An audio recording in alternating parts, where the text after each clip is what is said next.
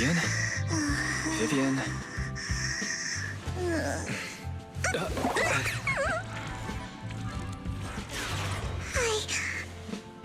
I didn't disturb your sleep, did I?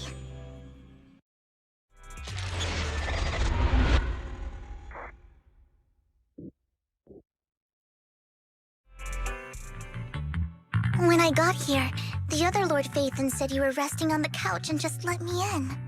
I meant to keep you company while you slept, but then I dozed off myself. Ugh. I was going to sit here looking super cute, hands cupping my face. You know, like the #1 sleepy face I want to wake up to pose. I can't believe I ended up falling asleep myself. Vivian, are you sure you're awake? That sounded like sleep talk. I'm sure sleeping in that position couldn't have been comfortable either. No, Lord Phaethon. I was just worried that I had disturbed your rest. Just being able to see you sleeping peacefully is already the highlight of my day. No, my entire month. Though it is a bit late, but... Good morning, Lord Phaethon. Good morning? Why so formal all of a sudden? Sounds like you're about to make an announcement. Mockingbird's death has stirred up quite the storm. I took some time to gather intel. It seems someone deliberately leaked the story that Hugo is an illegitimate child of the Ravenlock family, but I haven't found the source yet. Could it be Hugo's uncle, Hartman? Maybe he's trying to turn people against Hugo and Mockingbird by playing the illegitimate child card. I suspected that too. He could be using Hugo's background to make people believe Mockingbird is just another Top's pawn. To the upper class, Mockingbird may be insignificant, but it has a loyal following among regular folks. But after some digging, I was surprised to find that the public isn't turning on Hugo. They're actually starting to see him in a better light.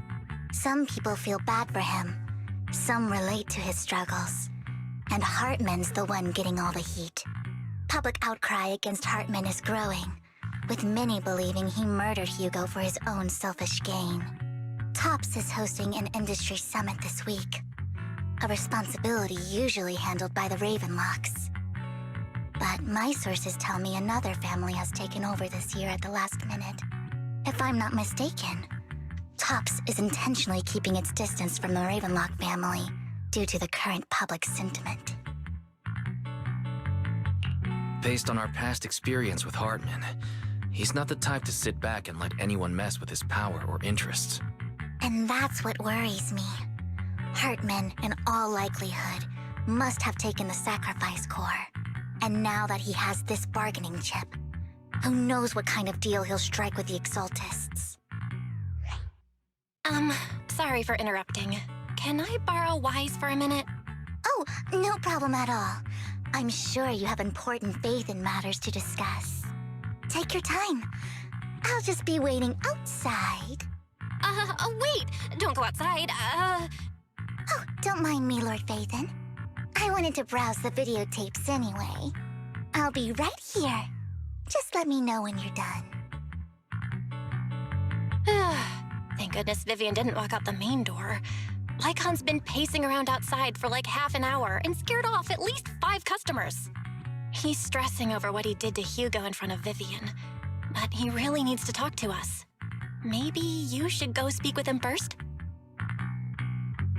Sure, I'll go talk to him. At the end of the day, we're all after the same enemy.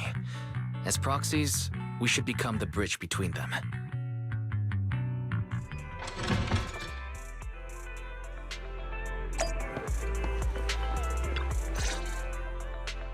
Good morning, Master Proxy. Good morning. Belle just let me know you wanted to talk to us and Vivian about something? Yes, it's an urgent request from the mayor, one that directly affects New Eridu's safety. However, before we get into the details, as a former member of Mockingbird, I'm concerned about Miss Vivian. Hugo made many mistakes and betrayed the principles of Mockingbird, but I'm certain he didn't intend to put Miss Vivian or you in danger. I don't know Miss Vivian very well, and I was the one who took her companion's life. I might not be the right person to comfort her, but I hope she doesn't regret the choices she made, or lose faith in the path she chose. Vivian doesn't seem down at all. In fact, she's been actively gathering intel. I think she's handling this with even greater calm than I am. If you're feeling bad about what happened with Hugo, it might be a good idea to talk to Vivian directly. From what I've seen, she's not as fragile as you might think. That's reassuring to hear. I trust your judgment.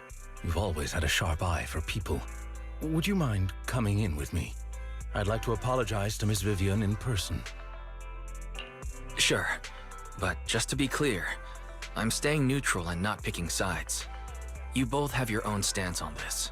As a proxy, I'll do my best to help facilitate honest communication. I respect that. Thank you. Miss Vivian, I'm very sorry about Hugo. You don't have to explain anything. I'm also part of Mockingbird. Mockingbird stands on more than just gain. All when fortunes shift. Hugo had his fixations and ambitions. I also have things I must see through. I'm determined to get to the bottom of the Exaltists and the sacrifices. Miss Vivian, as a former member of Mockingbird, you have my deepest respect. You have my word, whatever comes next. I would never harm you or Master Proxy. As for Hugo, please accept my condolences. Condolences? That's not necessary. Mockingbird has plenty of tricks up its sleeves.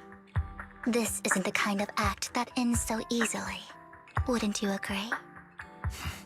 You're right. I'm glad you guys are on the same page, but why do I feel like I'm being left in the dark? Master Proxy, I believe we all share the same goal. Uncover the truth of the Exaltists and the sacrifices. The Mayor has tasked me with inviting you to take on this mission, and hopes we can work together moving forward. If the Mayor wants to work with us, I trust he will demonstrate his sincerity in kind. Mockingbird will not serve as a pawn for the powerful.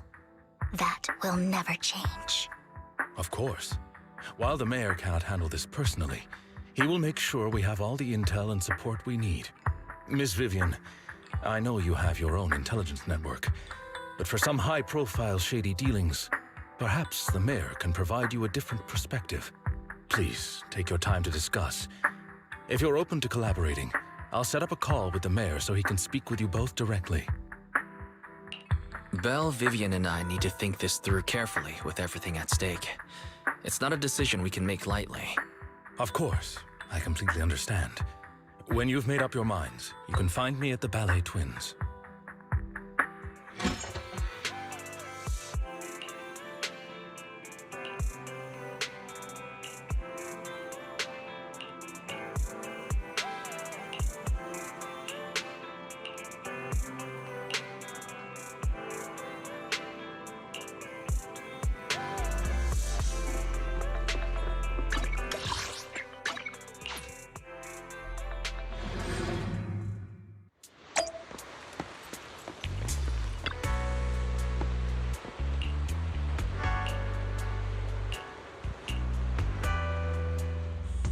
I'll connect the call to the Mayor now.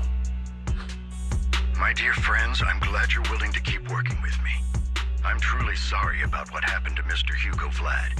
I didn't anticipate things would turn out this way. As Mayor, I can't fully condone Mockingbird's actions, but personally, I had a lot of respect for Mr. Hugovlad. I looked further into Bringer's map. The sacrifices were created by an Exaltist named Landon, who was active in Janus Quarter. Mr. Landon passed away in an accident a few years ago.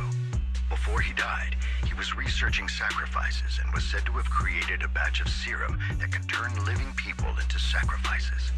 The problem was, the serum wasn't stable, and after his death, the recipe was lost. No one knows what happened to the Exaltist in Janus Quarter back then. But it's clear that after the leader died, there haven't been major Exaltist activities in the area. Bringer's map marks the locations where the Exaltists' most successful attempts at creating sacrifices were. The leader of the Exaltists in Janus Quarter died a few years back. They haven't been active since. Could it be that Hartman was just acting on his own? Unfortunately, that's not the case. My sources confirmed that Hartman had been secretly in contact with someone, and they only meet inside the Hollow. Is it possible it's someone from TOPS? TOPS is a huge alliance of corporations. They wouldn't bother getting their hands dirty. Instead, they just sit back and reap the rewards. Everything Hartman is doing is to secure his place in TOPS and strengthen his power within the Ravenlock family. If my guess is correct, Hartman has gotten in touch with the remaining members of the Exaltists that used to follow Landon, helping them create new sacrifices. But what's in it for TOPS? There's no way the Exaltists would just hand over their secrets about sacrifices to Hartman, right? A sacrifice outbreak would throw the city into chaos. And that's when TOPS steps in, taking control of the situation on their terms. The public will see the mayor as incompetent, while TOPS comes off as the real protectors of the city. And when that happens, public trust will shift towards TOPS. And Mr. Mayor, you might find yourself in an unfavorable situation. Still sharp as ever, Miss Vivian. So, what exactly do we stand to gain from partnering with you? Please don't tell me you're doing this out of some noble concern for your citizens. I'm not some hero of justice, and I don't believe in lofty ideals or empty promises. We have a common enemy. While our ideologies may differ, we can work together on this. And as proof of good faith, I may not know exactly where Hartman is, but I can fan the flames over Mockingbird's death and escalate conflicts within the Ravenlock family. So it was you behind the rumors. No wonder I couldn't trace the source of the public outcry. I'm not the one who started the rumors. I just helped them spread faster after they leaked. And I pulled a few strings to make sure the story painted Mr. Hugovlad as a heroic figure who was unfairly persecuted. As I said before, I had a lot of respect for him, and I'd be happy to clear his name. Now let me lay out my terms for collaboration. After looking into it, I found that the dormant sacrifice you discovered wasn't the only one. There are more places where sacrifices might be lying dormant. Too many eyes are on me right now, so I can't send my own men to deal with it. I'd like to ask you to retrieve the sacrifices from those locations. I'll make sure to dispose of them once you do, so no one will be able to use them again. On top of that, I've asked a friend to help monitor your physical condition, and maybe even uncover more of your potential. Her research overlaps with your teacher's work. You don't need to worry about her capabilities. She's a Void Hunter rank special investigator. Really? A Void Hunter rank special investigator is going to be assisting us? And she's involved in our teacher's research? That's right. She's heading to Janus Quarter for some business. I wanted to set up a formal meeting, but she declined. She prefers to assess things on her own, and will reach out when the time is right. She'll let you know the details then. So it looks like you both are on board with this commission and ready to help recover the sacrifices? Okay. This affects a lot of ordinary people in New Eridu. We'll do our best. I know you won't let me down. Given our positions, we might not be friends, but we're definitely not enemies. I'll leave the rest to you then. I've got to go. Goodbye.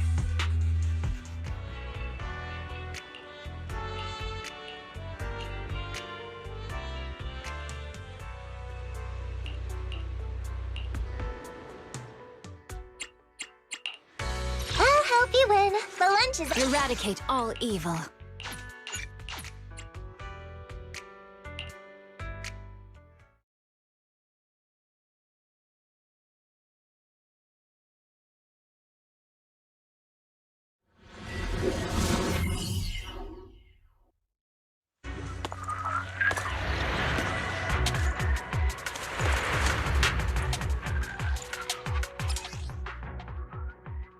Lord Phaethon, thank you for trusting Mockingbird and me.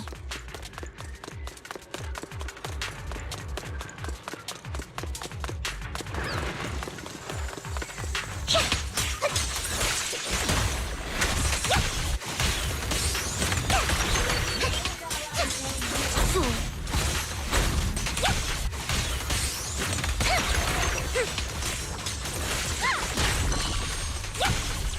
wind is perfect today.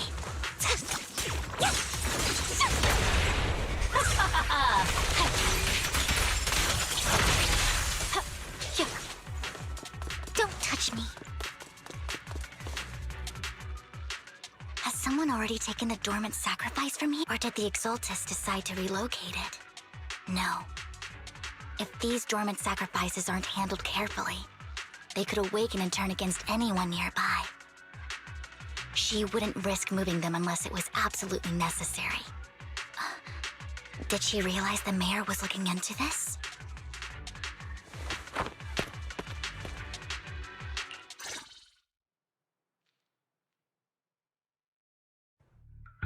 Did Hartman just make up this intel to get a shot working with us at Tops? I've been walking around forever and haven't found a thing. The Ravenlocks have always been a shady bunch. No surprise they've gone downhill over the years. I heard they were pretty loaded back in the day. What kind of business did they run?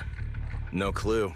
On the surface, their businesses seemed legit, but who knows what was happening behind the curtain. Probably something with the sacrifices. I mean, how else would he know about the dormant ones left around here for years? And he was so sure that even if those original sacrifices didn't work out, he had a backup plan. Backup plan? What could that be? Well, that's beyond me. I just happened to overhear something while I was next to Mr. Edmund one day. What's Tops planning to do with all these sacrifices, huh? For research? Do you think we'll ever have a normal life in the Hollows? Don't ask questions you shouldn't be asking. All right. There's nothing here anyway. Let's leave the Hollow and report back on what we found. And we'll make it just in time to clock out for the fieldwork shift. Let's get out of here first.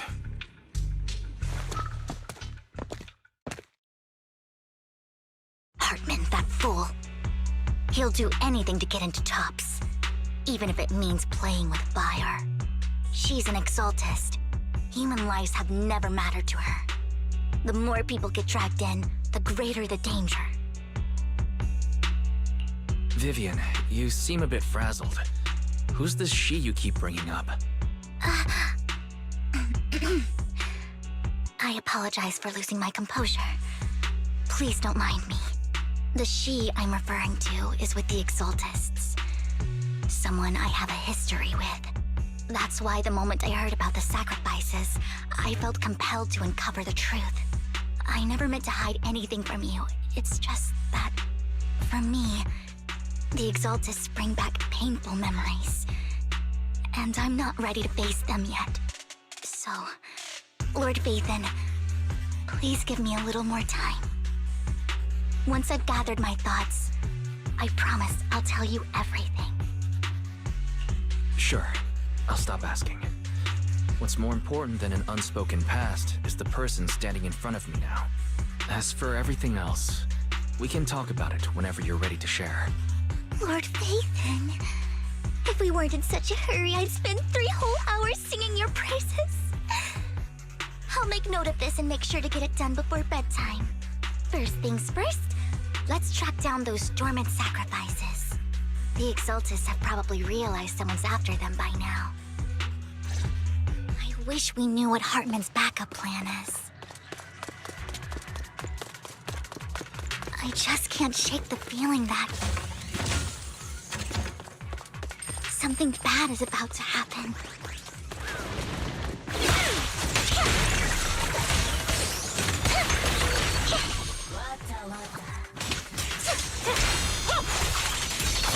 Activate.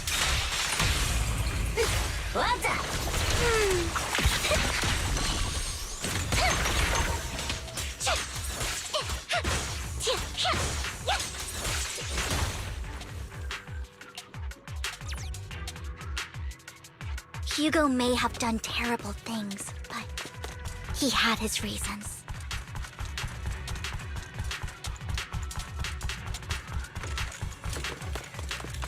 Mokingbird might be seen as the bad guys by a lot of people, but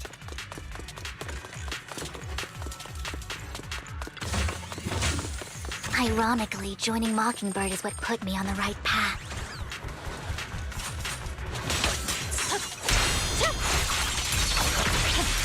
For the first time, I'm needed for more than just my curse. There's someone up ahead.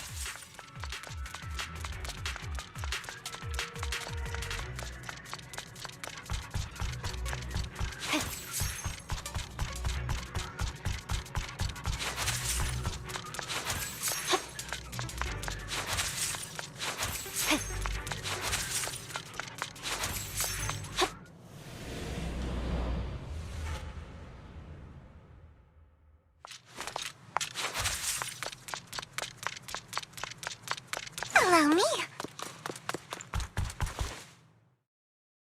I knew it was you, Vivian. Camille, what are you doing here, sis? Are you destroying the dormant sacrifice? Vivian,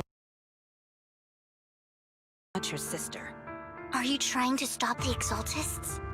I never left the Exaltists. You know what Landon did back then. Lord Landon did it for the Creator. His methods may have been extreme, but they were necessary. Back then, you walked away. You should do the same now. We didn't meet today. Take your friends and leave. What's wrong? Are you being forced into this? I can help you. Help me? Like how you helped her? Vivian, you're crying. You see me, don't you? No, You haven't changed a bit, Vivian. No need to hide your tears. I know exactly what's ahead for me. You've made your choice, and I've made mine. One last piece of advice. Stay out of this. She loathes you. I won't tell her we met today. Don't show yourself around us again. Camille!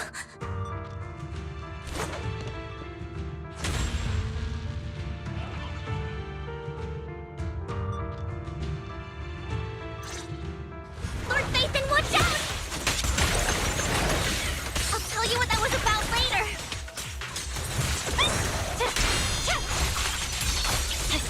Let's take care of the ethereals first.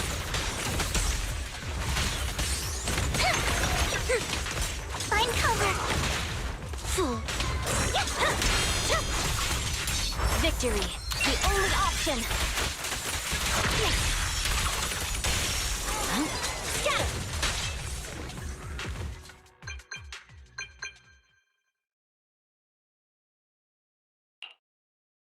You've been gone forever. Did you run into any trouble? We searched the coordinates the mayor provided. Most of them were already empty. No dormant sacrifices. Camille, the Exaltists have been actively destroying the dormant sacrifices. Why would the Exaltists go after the sacrifices? I saw it too, but I can't figure out why the Exaltists would do this. And one of them is someone I once knew. I thought she would leave the Exaltists after Landon's death, but she stayed. Wait, what did I miss? Why do you know so much about the Exaltists, Vivian? When I was a child, I stayed with the Exaltists for a while. Back then, Landon was one of the most respected figures among the Exaltists in this region. A lot happened, and after Landon died, I left. I can't turn a blind eye to the sacrifices. I know all too well how many lives have been lost bringing them into existence. Ever since I learned a sacrifice had appeared in Janus Quarter, I haven't been able to stop worrying. I won't let history repeat itself. That's why I asked Hugo to investigate, starting with the Sacrifice Corps. Vivian. Please stop. I'm not looking for comfort. I'm just recounting the story for you to understand the situation. We've got bigger things to focus on. But when I do need comforting, I'll come straight to you. I hope you'll make time for me, Lord Vathan. Just so you know, I'm not the easiest to console. Absolutely. If you're feeling down, we'll be here for you. Okay, back to the matter at hand. That conversation between those two TOPS employees back in the Hollow is still bothering me. They said Hartman had a backup plan, and that got me thinking about some news that was quietly swept under the rug. Lately, there have been mining accidents in Ravenlock-controlled areas. Many workers have died. The families were paid off with huge settlements, way more than usual. No protests, no controversy, and the issue was buried. But considering the Ravenlock's financial position, why would they be so generous with payouts? That sounds sketchy. Do you think those accidents were faked? Precisely. I don't think those workers died in mining accidents. I'm planning to reach out to some old friends, see if they've heard anything about this. Do you have time, Lord Phaethon? My contacts are just near 6th Street. Care to join me? Sure. Let's go together.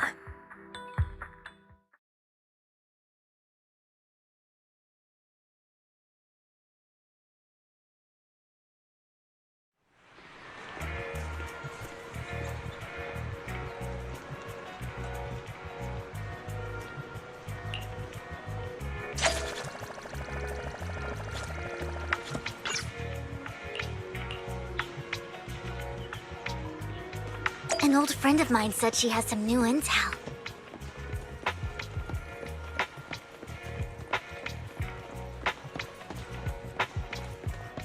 She's like a mentor to me. I learned a lot about data scraping on Internet thanks to her.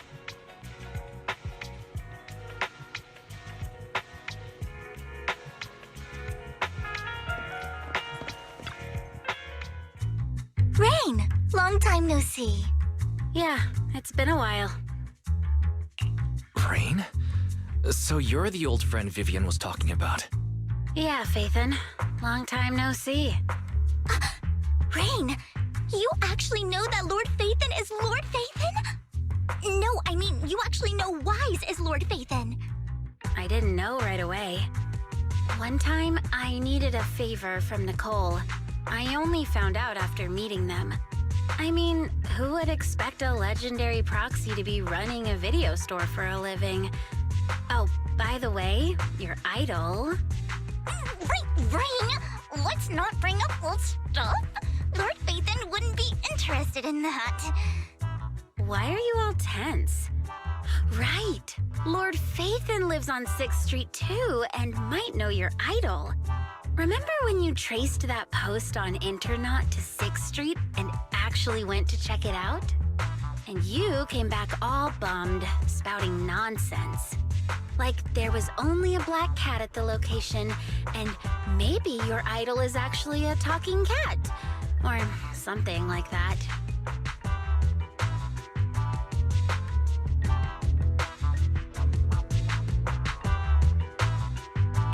I think I know that black cat. It hangs around our shop now. Lord Phaethon, please, let's drop this topic. Come on, Vivian. It's been years and you still won't say who your idol is. If you'd just let me, I'd have tracked them down ages ago. I get it. You want to find the person who's important to you on your own. But you've tried so hard already.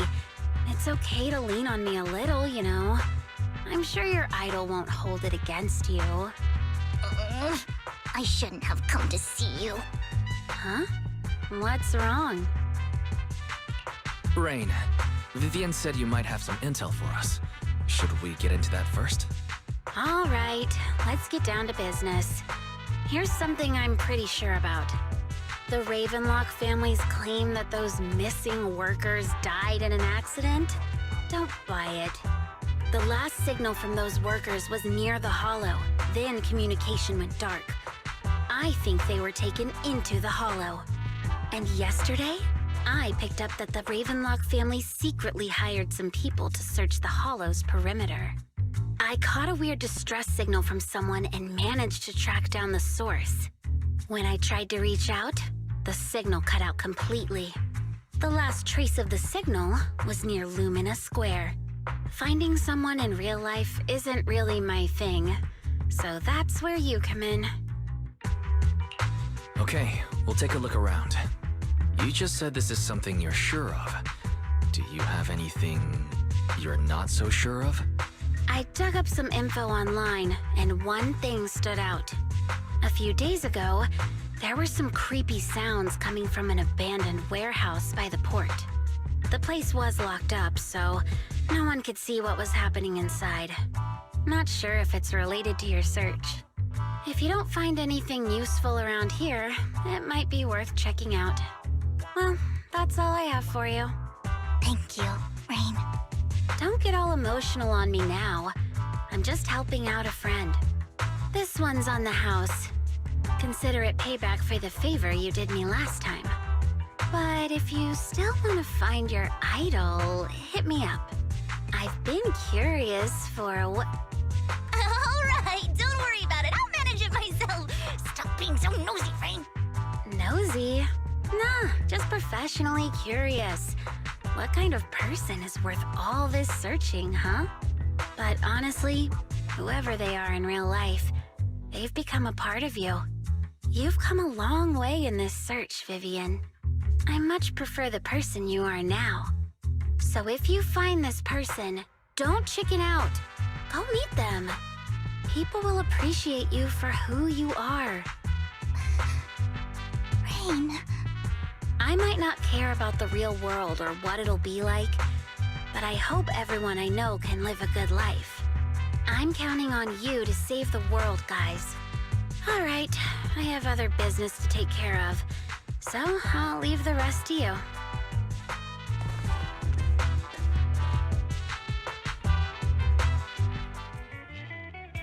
Lord Phaethon, please pay no mind to what Rain said.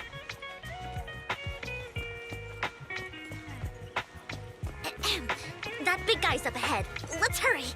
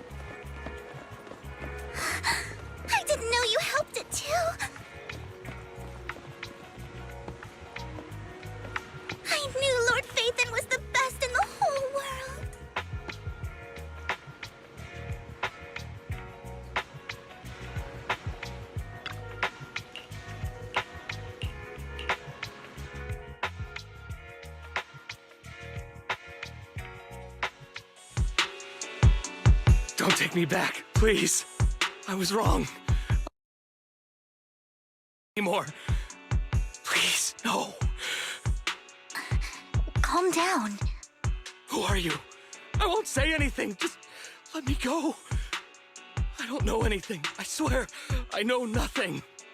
We're not PubSec, the HIA, or the Ravenlock family. We won't force you into anything. There's no need to be afraid. What do you want from me then? We simply want to know where the Ravenlock family took you and what they made you do. I can't say. I can't tell you. I have a family. They'll hurt them. You never saw me. Please, just stop asking. Don't you wish to see your family? I don't deserve to see them. It's my fault. I was greedy. I did this to myself. But your family must miss you dearly. I'm sure they won't blame you. No, it's my fault. It's all on me. I don't want to drag them into this. If the whole ship is sinking, no one on board can escape. I'm just a nobody. And right now, there's nothing I can do to change anything. If you care about your family and friends, now is your chance to stop the disaster before it's too late. Even a butterfly flapping its wings can send a tsunami surging across the ocean. No one knows how this will turn out. But if you do nothing now, the only thing waiting for you at the end will be regret. We're not here to turn you in, and we won't force you to confront them. You'll be safe with us. I'll help you return to your family. But you must tell us precisely what happened. Hartman offered a huge amount of money, looking for workers to go into the hollow to guard something. The money was way too good. We all kind of figured something wasn't right. I thought it was just smuggling or guarding some kind of illegal ether resources, so I signed up. After we sent in our applications, Hartman's men took us into the hollow. The first place we went, there was a strange box. When we got there, they handed us some pills, saying they'd improve our aptitude for ether, for us to last longer in the hollow. But after I took them, everything went fuzzy. Something was definitely off about those pills. When I woke up, I saw my coworkers dead in front of me. And there was blood all over my hands.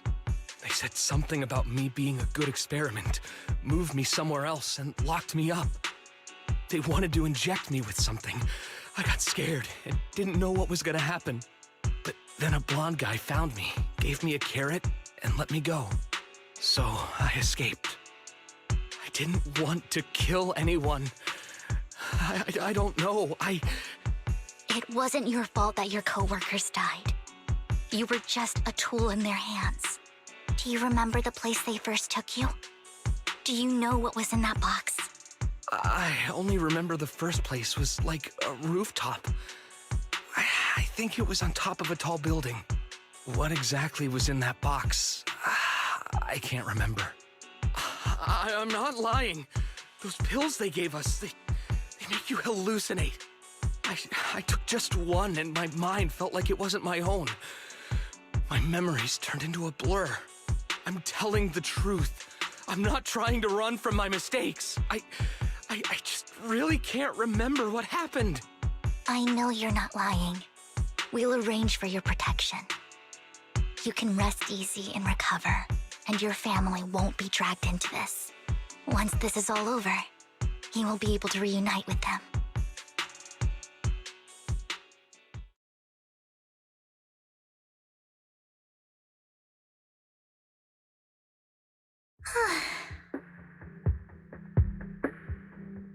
Sometimes I wonder if you've had some kind of special training, Vivian.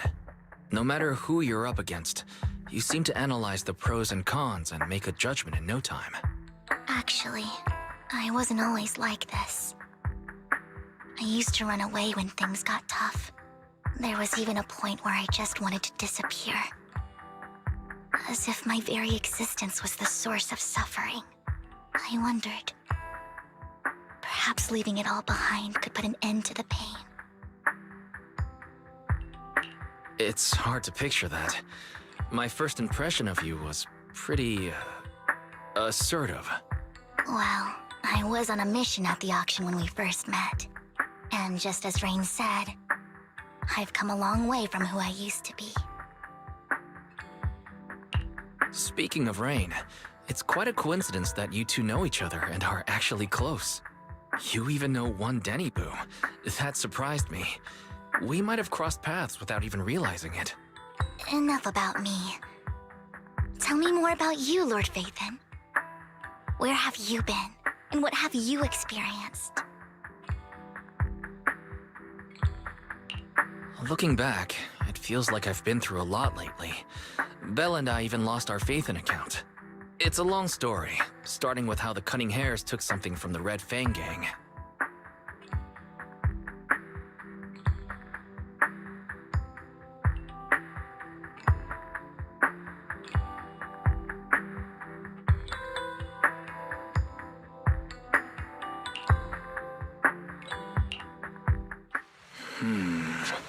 It should be around this area.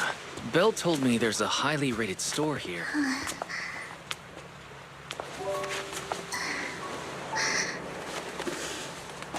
Lord Phaethon! What's wrong?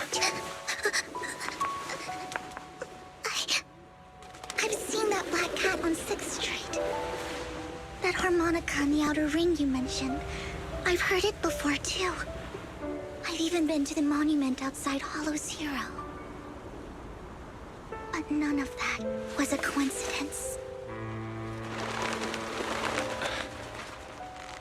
It was me.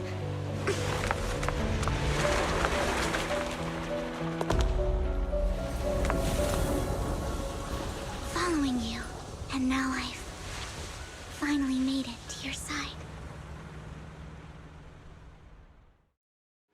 Ever since I was little, I had been seen as the bringer of bad fortune. I had traveled to many places and witnessed far too much misfortune. Every tear I shed brought disaster. I've heard too many curses to count. I loathed my tears as much as I despised my own existence. Wherever I stayed, tragedy followed. I had roamed too many places, and each time, it ended the same way. I didn't know where I could go anymore. One night, I stumbled upon a post discussing me. Whether they knew me or not, everyone seemed convinced that I was the source of the curse. Some mocked me with cruel intent. Some wished I would vanish, and others speculated maliciously. It really seemed that my very existence was a disaster. In that moment, as darkness enveloped the city, I saw lights flickering to life all around New Eridu. So many lights, and not knowing where to go, I thought, if only I could disappear into those lights. I made up my mind, and right then, my phone rang. I decided to take one last look. I wanted to know who left me my final message from this world. It was you, Lord Vathan. Huh? Me? Yes. And I checked with the other Lord Vathan. You were the one using the account at that time. But I know you probably don't remember it. After all, it was just an ordinary day, with an ordinary post and meaningless comments online. But for me, it was the night I finally realized where I could go. I wanted to walk the paths you had walked, see the sights you had seen. And then, one day, share it all with you, face to face. So, I have to ask, what exactly did I say in that reply? Well, you'll have to figure it out for yourself. I'm not telling you. You're putting my memory to the test. So, Lord Vathan, thank you not only for that comment you made that day, which was a silver lining for me, but also for giving me the courage to become who I am today, the Vivian.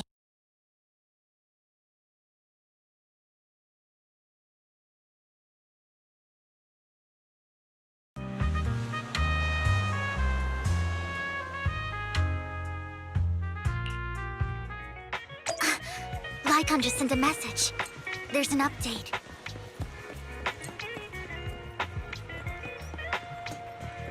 Let's head back to the video store and go over the details together.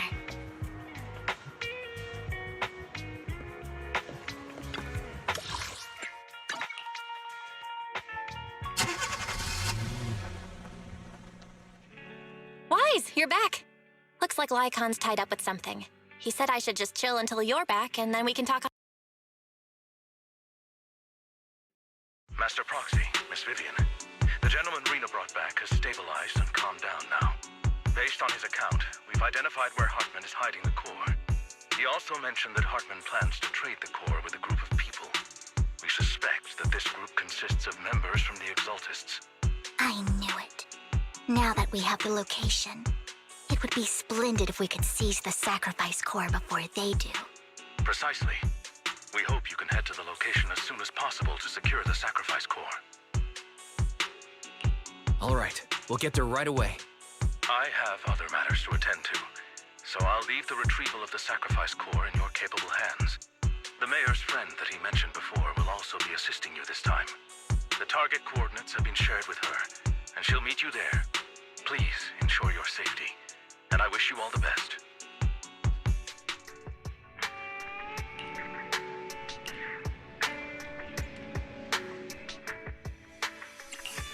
I'll help you with... This is the... My blade is ready.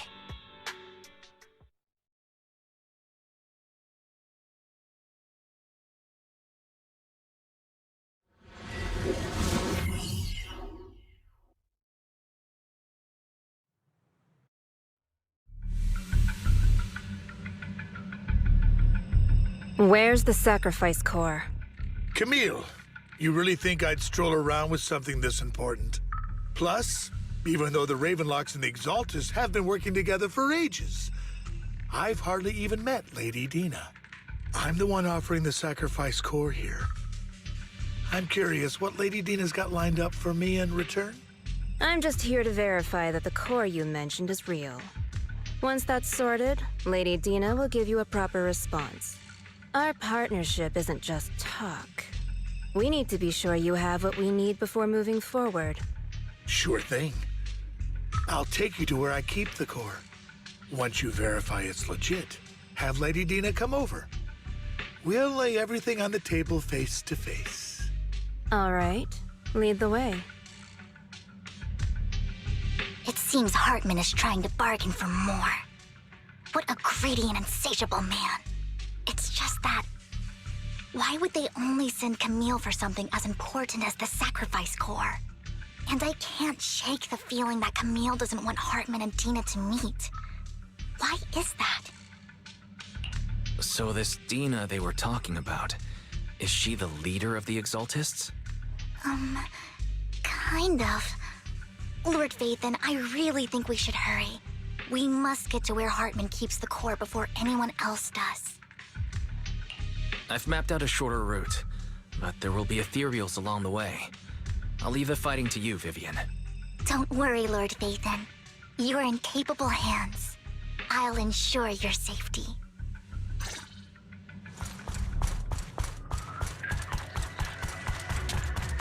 Ethereals!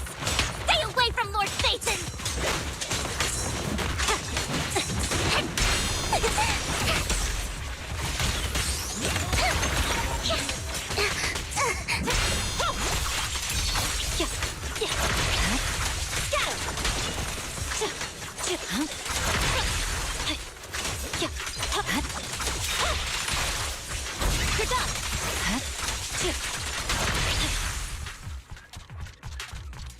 Looks like Hartman's trying to negotiate for more leverage.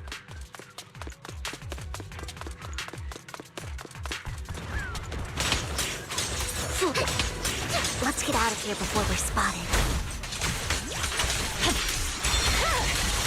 Weakling. Let's keep moving, Lord Vathan. Fool.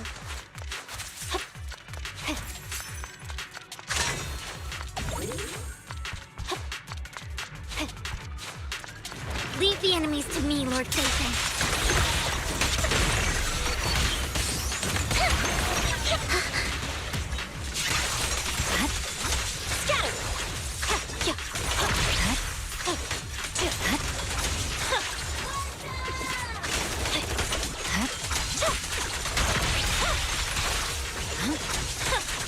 They're still over there.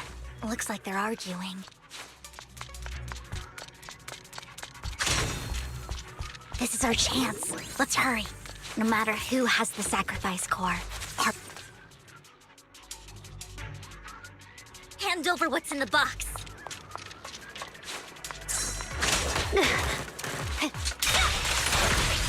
We do this the hard way. Okay. You sure talk big, little girl. Let's hurry and secure the sacrifice core.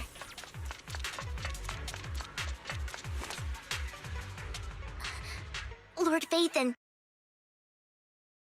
I never kept the core here to begin with. How did you even find your way here? Where's the core in the box? What did you do with it? You call this keeping the sacrifice core safe?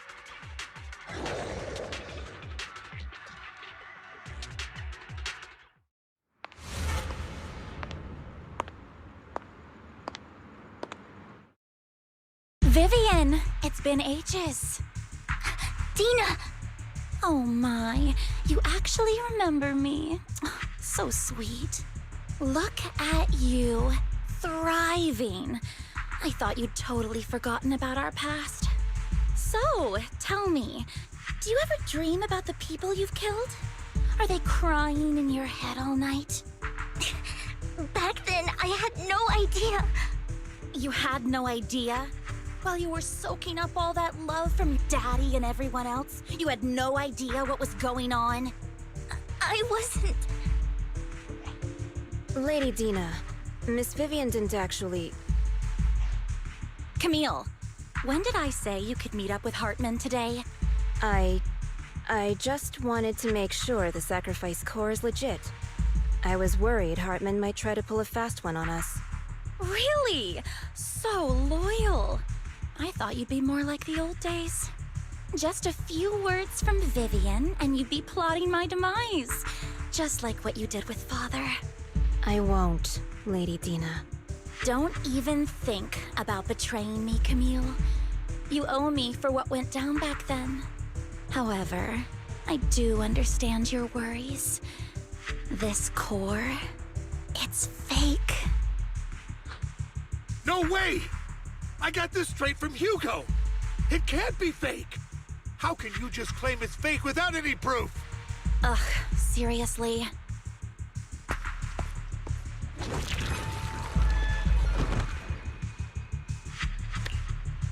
The sacrifice core can max out the ether particles within human bodies in no time at all.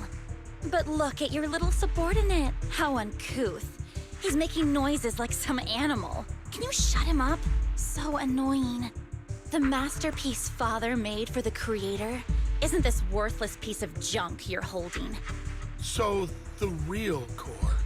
Vivian, where do you think the sacrifice core is really at? I don't know. If I knew where the real core was, I'd destroy it without a second thought. Dina, you understand what the sacrifices are. And you know those who were blessed should not have to endure such horrors. Oh, they shouldn't have suffered those horrors. Weren't you the one who decided if they'd be blessed or not? If it weren't for your tears, how would they have encountered such misfortune? How self-righteous, Vivian. Their fates were in your hands. It was you who brought disaster on them. Landon just needed an excuse. He needed someone to blame. Whether I shed tears or not, he'd treat living beings as mere subjects for his sacrifice experiments. Dina, you know all of this. Landon even went so far as to sacrifice you. Shut up, shut up, shut up! Father did it for his great cause. Vivian, why do you always mess everything up for me? Everything! You did it before, and now again! You just had to ruin my plan. I was so close to fulfilling Father's last wish. If you don't give me the sacrifice core, be prepared to become food for the ethereals. I told you I don't have the sacrifice core. Otherwise, I would have destroyed it already. Lord Phaethon, find the right moment to retreat.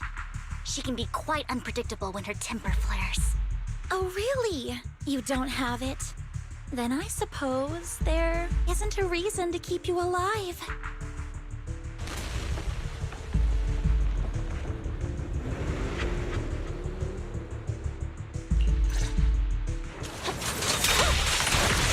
The more ethereals are coming. Allow me.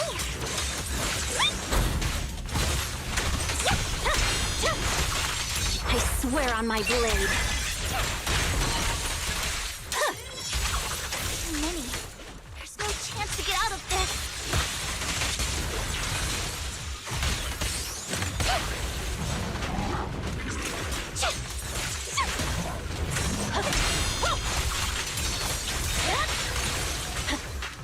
Who dares get between me and Lord Phaethon?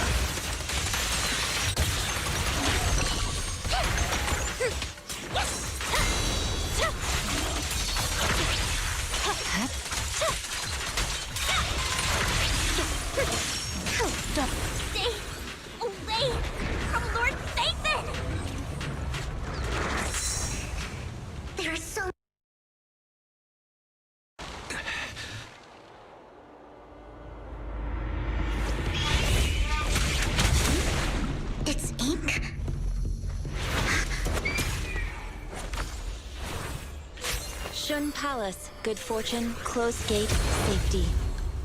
What? An evil miasma gathers here. Another place of conflict. If you wish to avoid disaster, then head southeast.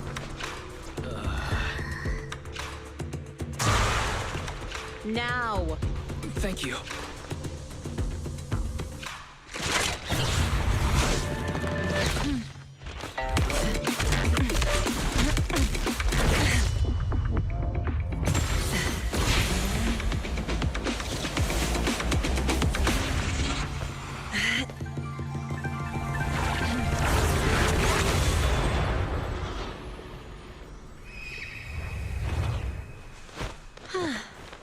Finally, peace and quiet. You must be wise, right? Mayflower mentioned a special partner might need my help. May I ask? Quay Summit. You can call me Yishun. Mayflower passed along your info, and I was curious what kind of person you are, so I came to see. It's really calming. Quite nice, actually. So, you're the investigator the mayor mentioned. Yes. He also asked me to be your temporary teacher and offer you a bit of guidance. Guidance? What does that mean exactly? The right time or place to talk. I have some investigation work to catch up on, and it seems you've got quite a lot on your hands, so...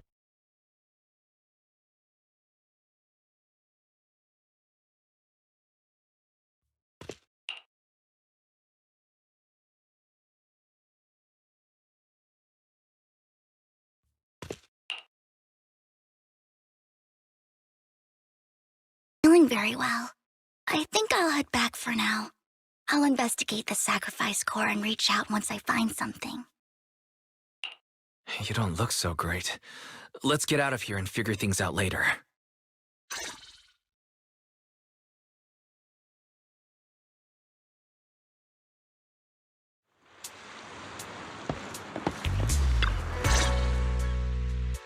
Lord Vathan, are you going to rest now?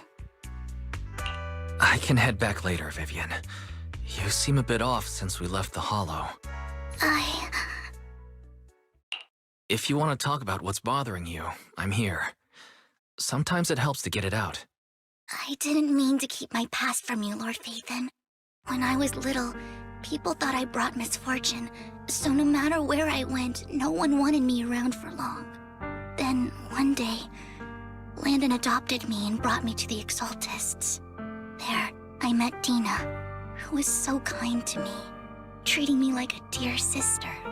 She told me her father, Landon, was a great man who'd one day make everyone stop fearing the Hollows, so all life could live freely inside and outside of them. Dina helped Landon pick people for the blessing, and everyone in the Exaltists respected her greatly. Those who received the blessing would have a better ether aptitude, allowing them to enter the Hollow freely without fear of sudden disaster. Back then, Dina would chat with me every day, always about the Exaltists and her father. But things between us shifted when Landon asked me to step in for Dina. Landon told me I didn't only bring misfortune, and that if I listened to him, I could actually help people. After that, he'd take me to meet people, and if I shed tears, he'd give them a blessing medicine. Those who got the blessing could dodge calamities. At first, I was ecstatic, thinking I could help others. I shared my joy with Dina, but that was when she started to pull away from me. Was that blessing medicine the same sacrifice serum Bringer had? Yes. To be precise, it was an early version of the sacrifice serum. Landon wasn't stable. The medicine Landon developed could boost abilities quickly, but also sped up the development of ether corruption. In the end, most people turned into ethereals, and a few became sacrifices, losing all human consciousness. The ethereals were killed while the sacrifices were given to the higher-ups of the Exaltists. The Exaltists wanted the sacrifices to hold human consciousness, so Landon's medicine was seen as a failure, and he gradually lost influence within the Exaltists. One day, I saw Dina, and tears streamed down my face. In a bid to save his reputation, Landon decided to let his own daughter receive the blessing. I had always thought that getting the blessing was a good thing, until I saw terror in Dina's eyes that day. That evening, I broke Landon's rules for the first time and followed him out of the Exaltist's residence. I trailed him to the Hollow, where I witnessed someone who had been blessed becoming corrupted. In the end, that person became an ethereal. Then, without hesitation, Landon killed him. Before Landon returned, I went back to the residence and snuck into his study. And there, I uncovered the truths I just told you. And just a few days later, it was time for Dina to be blessed. I wanted to save her and stop anyone else from getting deceived. So, that day, I told everyone present that Landon should be the one to receive the blessing, not Dina. At first, Landon argued, and no one believed me. But, in front of them all, I looked at him and let my tears fall.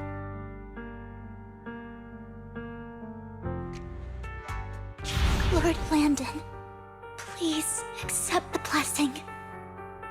Vivian, you... Why won't you accept the blessing? Were you lying to us? Ungrateful fools! You have no use anymore! Liar! Run! Run! Dina! Dina, wake up! We have to go! Vivian? What's happening? Listen to me. Lord Landon's so-called blessing isn't...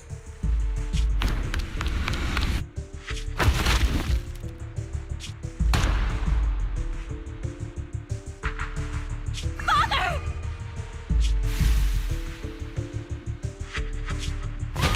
No, I was just... Mom, I want to go home. It's got nothing to do with us. This is just what happens when you don't accept the blessing. Vivian, was this you? Dina, I just didn't want you to accept the blessing. Everyone who does ends up... I just don't want to lose my father. You knew? If you knew what he's done, you... He's my father. He's all I have. Stop being self-righteous, Vivian. You only ever bring misfortune.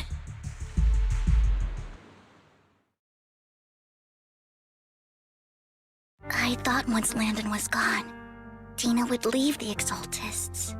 I never expected her to continue his research, or that Camille would stay. Camille lost her entire family in a hollow disaster, so she's always supported the Exaltists. She's not a bad person. She's just someone searching for hope. She joined the Exaltists very early on, and even watched Dina grow up. That day, she was just so desperate to save Dina that she... All these years, she's been following Dina, taking care of everything out of guilt, I think. But I didn't just fail to save Dina. I trapped her. I see misfortune approaching, but I can never change its course or avoid the bad ending. Maybe I really am a bringer of misfortune. No, you're not the one causing trouble. Whatever went down with the Exaltist, it was Landon who was pulling the strings.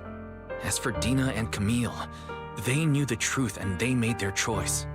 The Hollows and the disasters they caused took more than just their loved ones. Not all survivors cling to obsession and hatred like those two do. Lord Vathan.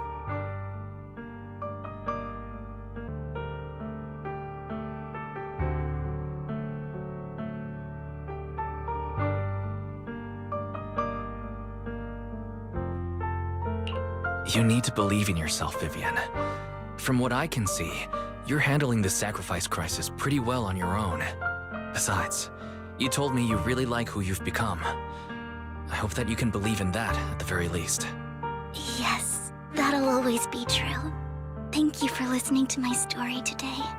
Years have gone by, but I've never had the courage to face all this. Maybe Dina and I were meant to meet today, so I could finally spill it all out. It lightens my heart a little. Lord Vathan, you truly are a wonderful listener. Not just today. Whenever you're feeling down, know that I'm here for you. I will. It's been such a long day. You must be exhausted. I'll track down the location of the sacrifice core and let you know what I find. Good night, Lord Vathan.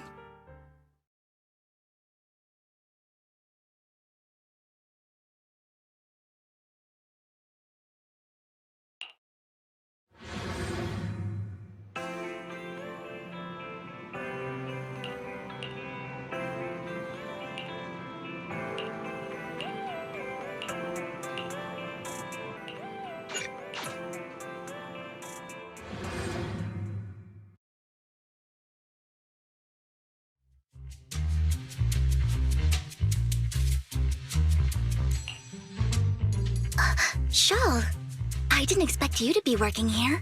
Perfect. I was just covering someone's shift. The screening here is super strict, and I was afraid the supervisor would realize I was new and subbing for someone, so I hid in the control room during the supervisor's inspection. So I happened to bump into this guy, a blonde man wearing a hat, and I think he was checking some footage. Then he logged that footage into the tape he brought. Later, I found that part of the footage had been wiped. Blonde, wearing a hat. Could it be Hugo? Do you know him? I think it's him. If it were Hugo... I think I know where he would hide the tape. Thank you, Shaw. You were a big help. Great! You also helped me a lot when I started working. I used to make mistakes all the time. If it weren't for you cleaning up my messes, I would have been fired ages ago. So I'm happy I could help you too. All right, go ahead and do what you need to do. We'll catch up another time.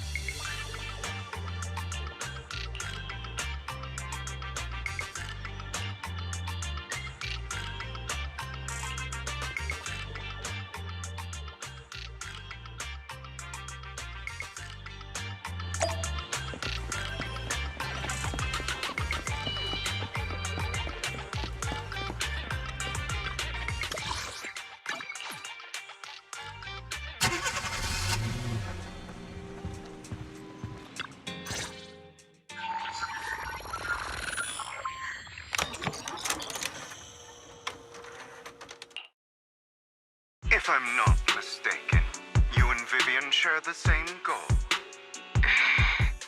Silence is no good for negotiation. I just don't want Dina to reach a point of no return. Hasn't she already reached that point with what she's doing? The formula for the Landon serum was lost, but a batch survived, and Dina was able to develop a substance that can be used for mind control. She's trying to combine the two to make sacrifices that would obey human commands. If the dormant sacrifice and the remaining land and serum are destroyed, we can put an end to this. Dina's concoction can't create sacrifices on its own. And the sacrifice core? That belongs to the creator, not her.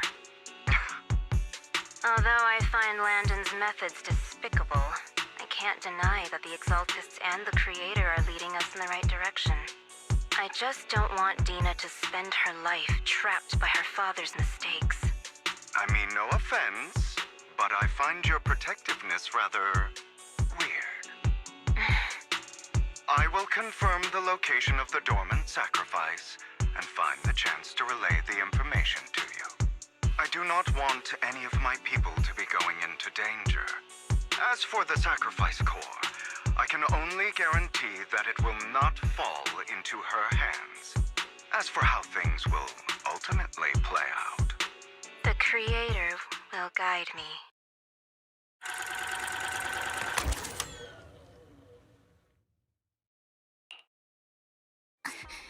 Camille was actually destroying the dormant sacrifice? Compared to Camille's motives, I'm more concerned about whether Hugo has more plans lined up. Hugo... Wise, Lycaon just sent a message saying he's got something urgent that he needs to talk to us about now. All right, let's patch him in. Master Proxy, I apologize for disturbing you. We have just learned that the Ravenlock family will host a banquet tonight. This banquet is rather special, as they're allowing members of their family to invite business partners to attend. With Hartman at the center of controversy, there are many members of the family who are eager to use this opportunity to replace him. The mayor has been spreading rumors of a young tycoon who inherited a sizable fortune and is looking to partner with a person from an old and influential family. This information has lured a young man named Burton from the Ravenlock family. So, you want me to pose as this tycoon and use Burton to infiltrate the banquet? Correct. And Hartman's study is also located within the venue. I see. Hartman's study might hold valuable information. It seems like there's nothing left for me to do. You can attend as her +1. +1? Lord Vathan, please go with me! Master Proxy, it seems Miss Vivian requires your presence, so... Yes, just your presence will help me immensely! Sure. If we go together, we'll be able to keep an eye out for each other. I'll accompany Vivian. I'll send you the time and place for the meeting with Burton. If you encounter any danger, please evacuate immediately or contact me for backup. I hope everything goes well for you tonight.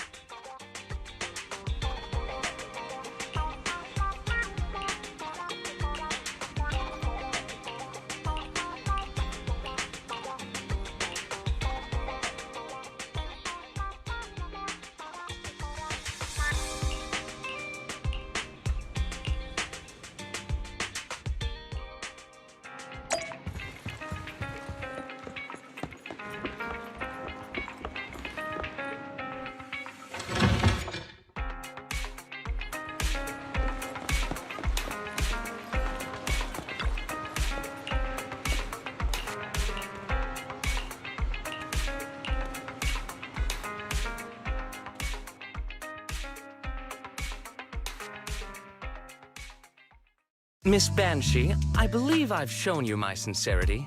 Now how about you? Sincerity? My presence here is a show of sincerity. If we're to work together, Miss Banshee, you should drop your pretentious act. I am well aware of the ways of the Ravenlock family. If I were to come empty-handed, I probably wouldn't even be able to make it out the front door tonight. Since I agreed to come with you, and even brought along my most precious companion, does that not show my deepest sincerity? No need for such an off-color joke. Our door is always open for those coming or going. We both know what's what, so let's cut the small talk. I know far more about how the Ravenlock family made their fortune than most here. I am also well aware of why Hartman despite such a massive scandal, still remains in power. Oh? Do tell. Exaltists, blessing, sacrifice, Landon. Where would you like me to start? How did you know that? No, who are you? Don't be so tense. If I'm not mistaken, it's about time the banquet began. My companion and I are practically famished. Is this how you treat your guests? By letting them starve? Perhaps when we've had our fill, we'll remember where the sacrifice is hidden. You know where the sacrifice is? So, can we go get something to eat now? And I'm also looking forward to receiving a special dessert from you. We can discuss what you wish to know while we enjoy dessert. Of course. I wouldn't let such an important guest discuss matters on an empty stomach. As for dessert, I will prepare it myself, and I guarantee it will satisfy you. I'll come find you later. I wish you a pleasant evening.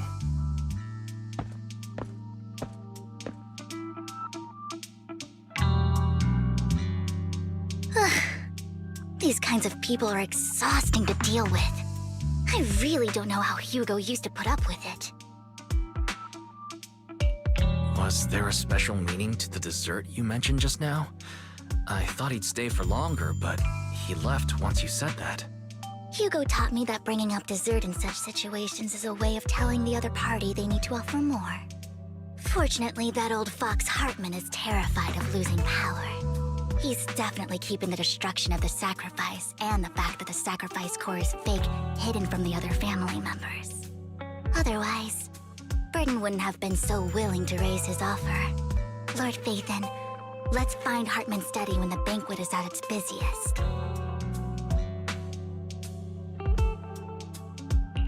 All right, I've already taken note of the surrounding terrain. Once more people arrive, we'll enter the garden through the door in the corner of the banquet hall. Wherever you go, I'll follow, Lord Phaethon.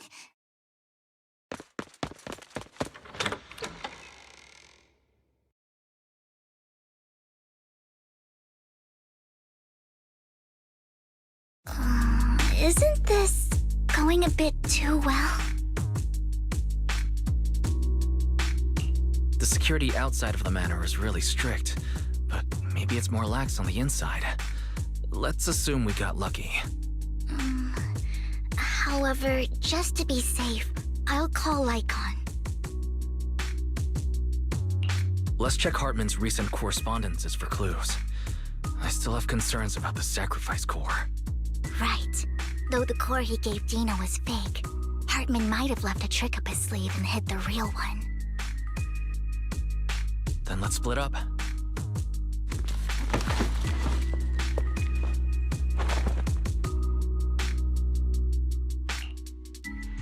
Esteemed guests, is the catering at the Ravenlock family banquet not to your satisfaction? So much so that these two distinguished guests felt the need to come to my humble office to scavenge for food. Don't want to come out? Well, after all, you don't have long left. Burton, that greedy idiot, fell for the mayor's trap. But I never expected that he would bring you into my territory. I suppose I should thank him. Otherwise, I would have had to go to great lengths to eliminate you. Vivian, Phaethon, give Hugo my regards. Tell him I shall be taking the wealth and power of the Ravenlock family for myself.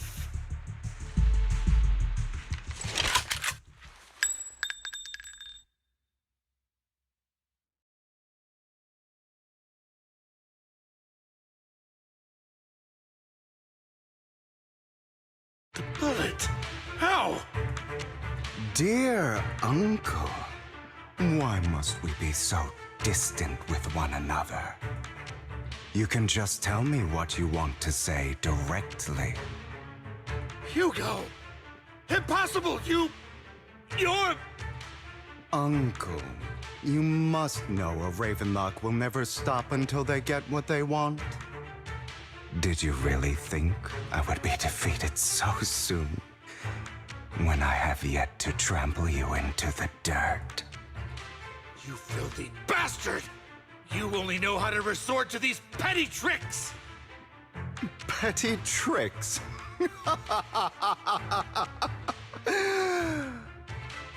Perhaps you'd like to know what I managed to accomplish using this faked death of mine.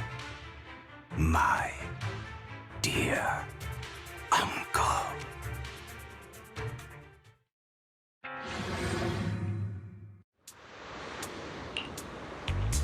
Faking my own death.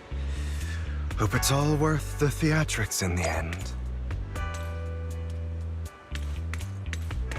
It was just to keep Hartman off my back, but maybe I went a little overboard. The manager must be pretty shaken up. I should apologize at some point.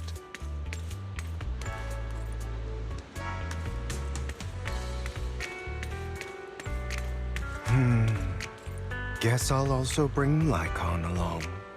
He's my partner in crime, after all.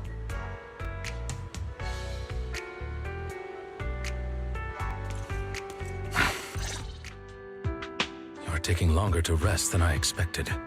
Lycaon, you think too highly of my physical capabilities. Well, thank you for your cooperation. I must say, if nothing else, at least your acting skills have improved. Why do you look so angry? You should be happy. We pulled that off together with flawless teamwork and managed to fool everyone. Drop your foolish facade. I'm glad you still remember the code we set all those years ago. And thank you for ensuring your sleight of hand didn't deteriorate. Oh, right. I should also thank the blood bag hidden in my clothes and our other props. Do you remember when we last used this trick? It was probably ages ago. Sometimes I really don't understand you. Have you never thought about what the consequences would be if I didn't understand your code? If I decided against helping you? Or if I just couldn't control my strength properly? You'd understand it. Of course, if things really did go awry, I had alternative plans. You wouldn't be so arrogant as to think I'd bet everything on you, would you? You're insane. Aw, I'm flattered. So what exactly is the purpose behind all this? Surely after going to such great lengths to erase your own existence, you don't just plan to hide here and reminisce about the past with me. Don't try to brush this off. I've already helped you enact your plan. Tell me the truth. Don't get your tail in a twist.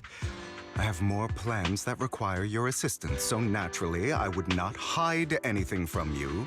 Simply put, as things stand, whether as Hugovlad or as Mokingbird, I am doomed to die. Seems you've made quite a few enemies. As a member of the Ravenlock family, I negotiated with Edmund and managed to obtain resources from Tops for my future plans. I also confirmed what attitude they held toward your master, the Mayflower family. Meanwhile, I used my identity in Mockingbird to strike a deal with Hartman and gather information on their collaboration with the remnants of the Exaltists.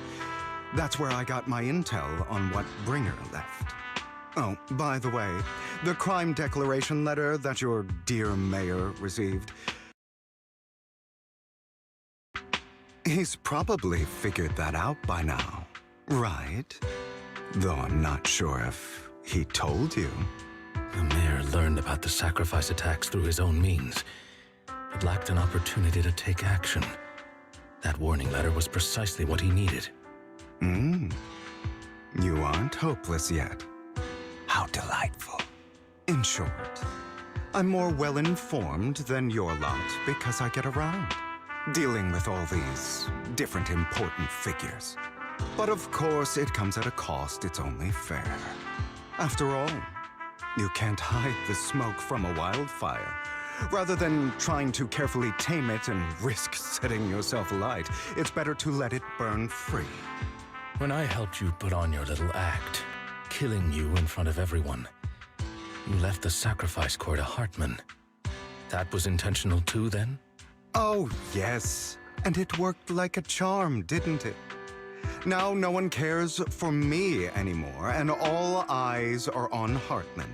A perfect situation for keeping the Ravenlock family in check while dealing a cutting blow to the Exaltists behind them. Another crucial point is Vivian and Phaethon. I must sever any ties they have with me or Mokingbird. Although I feel bad for Phaethon about what happened, but it had to be done. That's the only way they would be safe, allowing the plan to continue. I noticed that you never turned your blade toward Master Proxy. So, those words you said back then were also... I will bloody my hands. I will carry the weight of my sins. I will become the Abyss. Obviously, it was all an act. My acting has always been impeccable, as you know. Hugo, you're taking such a tremendous risk. Why? Would you believe me if I said it's for justice? But unfortunately, it's not. I want revenge on the Ravenlock family. And I will make sure that despicable excuse for a human being, Hartman, suffers a slow, torturous end. Of course. I also promised Vivian that I would help her investigate the whole thing with the Exaltists. That's all. You don't look too good. Is it your wounds? No. This is the first problem I plan to resolve. Lycaon, do you have a place that is sufficiently discreet, quiet, and can take a lot of damage?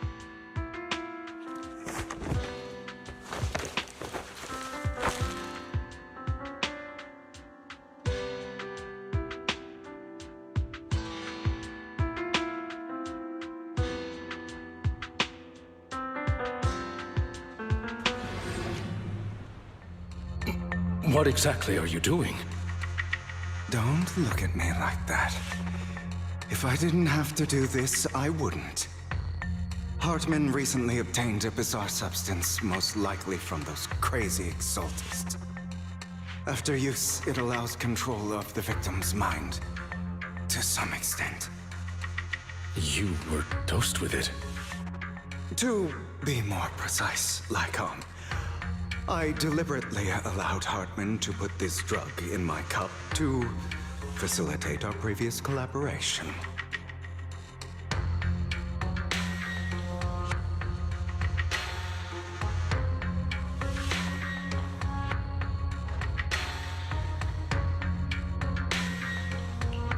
After finding out about it, I quickly found someone to help analyze its composition.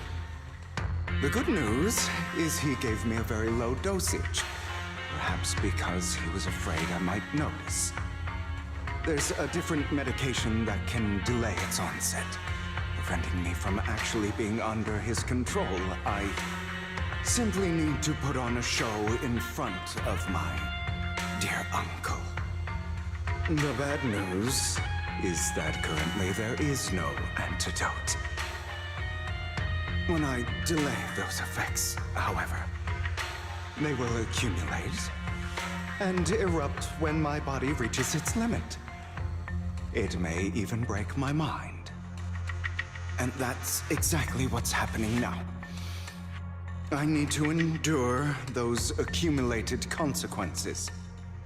So, I will lock myself in this room for however long that takes. I've tied my limbs to prevent me from smashing this place or accidentally hurting myself. Anyway, after you leave, do not open this door, no matter what you hear. I recommend seeking professional medical assistance. This is advice I received from a doctor. Or are you saying you don't believe I can make it. So, lycaon, come find me here at the scheduled time. All you need to do is smile and await my victory. What if I want to stop you? You know you won't succeed. You never have. And you never will. Well, time is short. Let's begin. I understand. Don't die, you stupid bastard.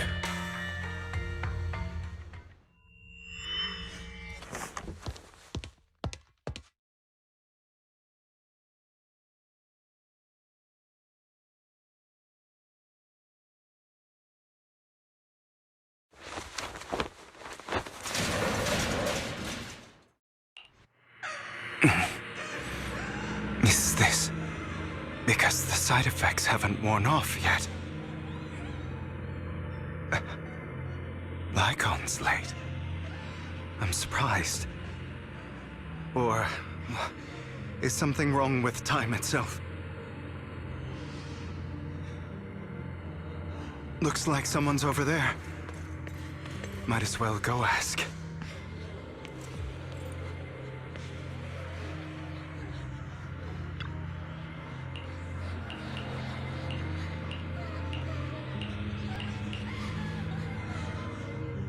It's all your fault. I wish I had never given birth to you!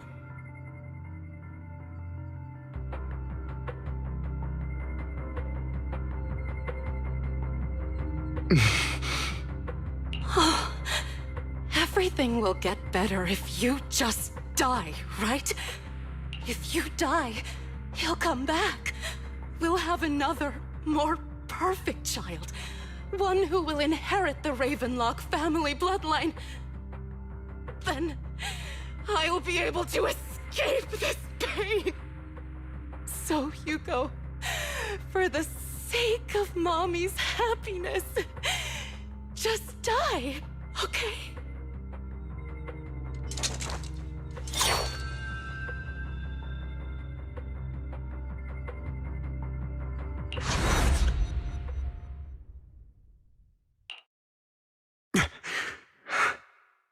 So, I wasn't awake yet after all. That's because you don't want to wake up again. Who are you? I am you. Hidden deep within your heart. Your most true self. You want to kill her, don't you? Your so-called mother. Every time she beat you without reason, when she tried to gouge out your eyes, when she sold you into that hell, laughing all the while. You wanted to be the one to end her life. Why not admit your hatred? As you are, you can hunt her down and make her pay for the living hell of a childhood she made you suffer. Yes, I hate her. I hate her because she was foolish and shallow, greedy and stupid. I hate her because she doesn't deserve to be a mother. She did everything she could to try and get into the Ravenlock family, believing she could live a life of luxury without having to do anything and never realizing she was a pawn, discarded from the very beginning. So she chose to blame me. Blame me for my heterochromia. Blame me for my very existence. But I won't kill her, because I know it won't change anything. She was incapable of loving me, just as she is incapable of loving herself. Have you been brainwashed by that dog? Keeping up the act of being some magnanimous and forgiving fool? Don't compare us. I've simply come to understand love or hate. I make my own choices, and they have nothing to do with anyone else. She sold you to the Ravenlock family for a huge sum of money. She used that money to start a new life without you. While she was indulging herself, you were going through hell in the Ravenlock Manor. Does it not torment you? Do you not feel the hatred? Do you not want to demand answers? Kill her. Only by killing her can you be truly free. For a long time, I thought the same way. But now, well, I want to make a different choice.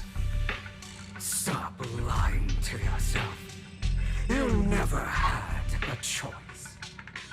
This weak-minded thinking will only lead you to failure. Like before, you'll be nothing but a worm, trampled into the dirt by those so-called elites. Do you still not get it?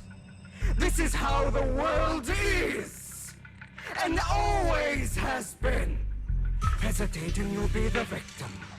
If you don't grab your knife first, you'll end up being on the other end of the blade. If you want to change anything, you must first become the one who makes the rules. Just like that woman. The only reason she could treat us that way was because we were weak.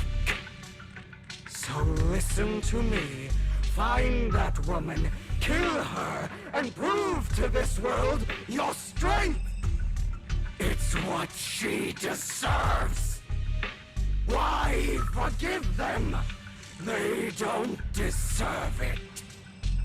I'm not forgiving them. Or rather, I don't care about them. They don't even matter, at least not yet.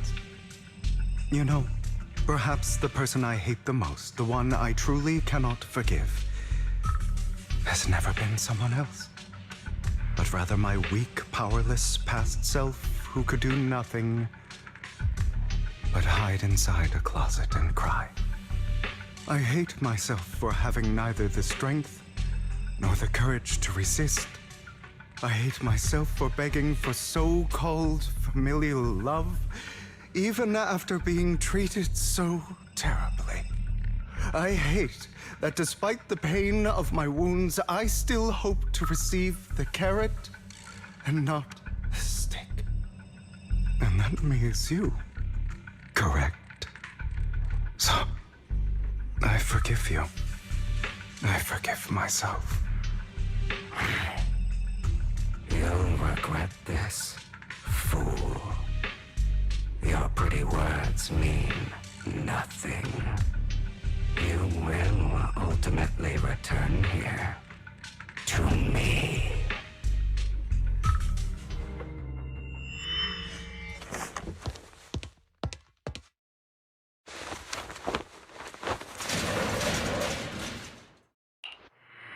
I see. This is still an illusion. I wonder who's going to show up this time.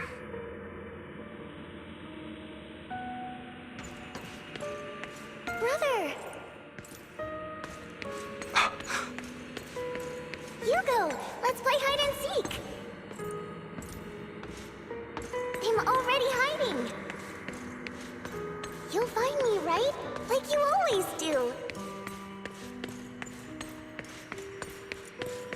Serena.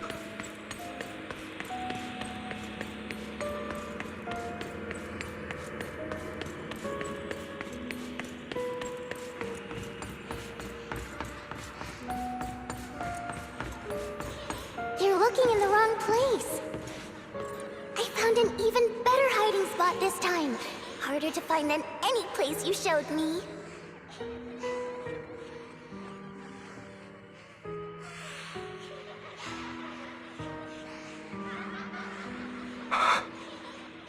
Hey, Hugo.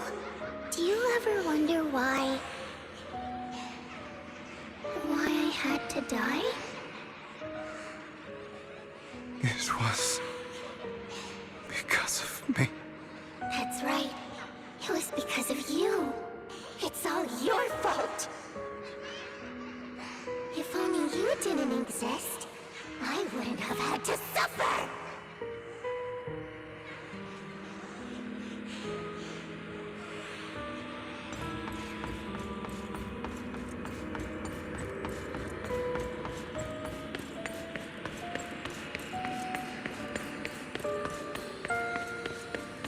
Still looking in the wrong spot.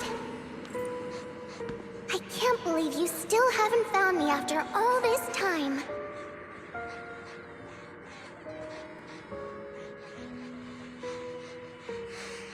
Have you forgotten about me?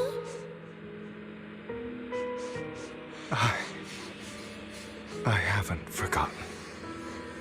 It's okay. I'll forgive you. I'll still be nice to you, just like before.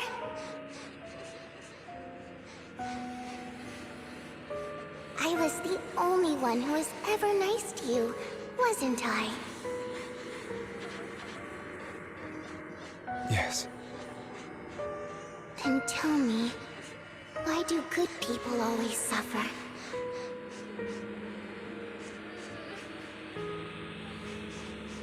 Why is kindness always punished instead?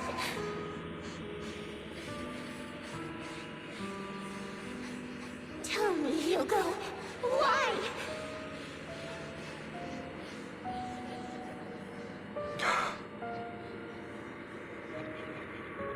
Hugo, are you lost? Go back the way you came. I left you a surprise there.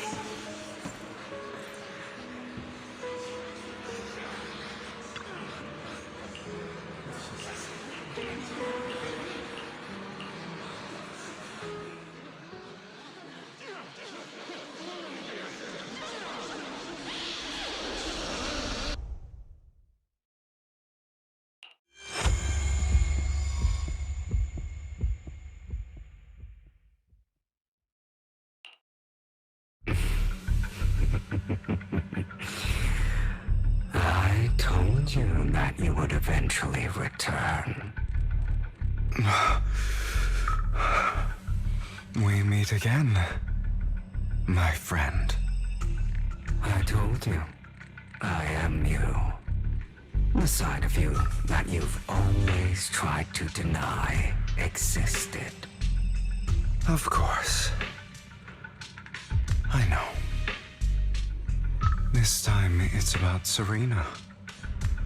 Right? Yes, your half-sister.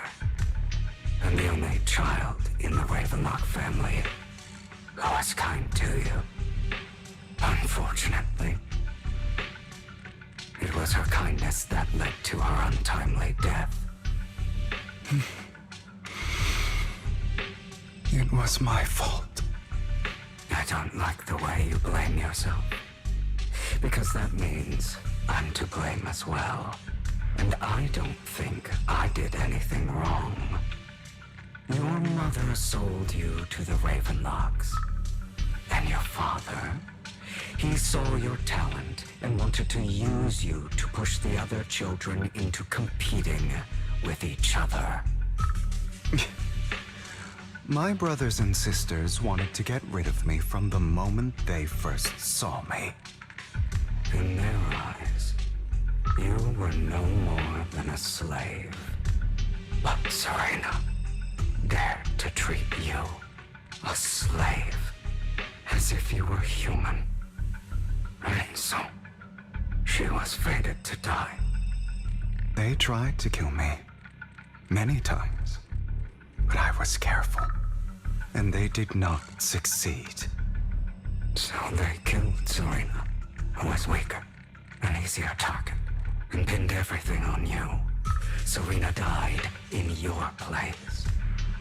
Those cruel brats thought that by reporting this to Father, they could use it to get rid of you, a rival who threatened their positions. Yet, not only did Father not blame you for the incident, he praised you for it. In this world, only the ruthless, cruel, and merciless can stand at the top. And that's exactly what you managed to live up to, no? You found a perfect opportunity thereafter to catch the ringleader of the group who framed you and almost beat him to death.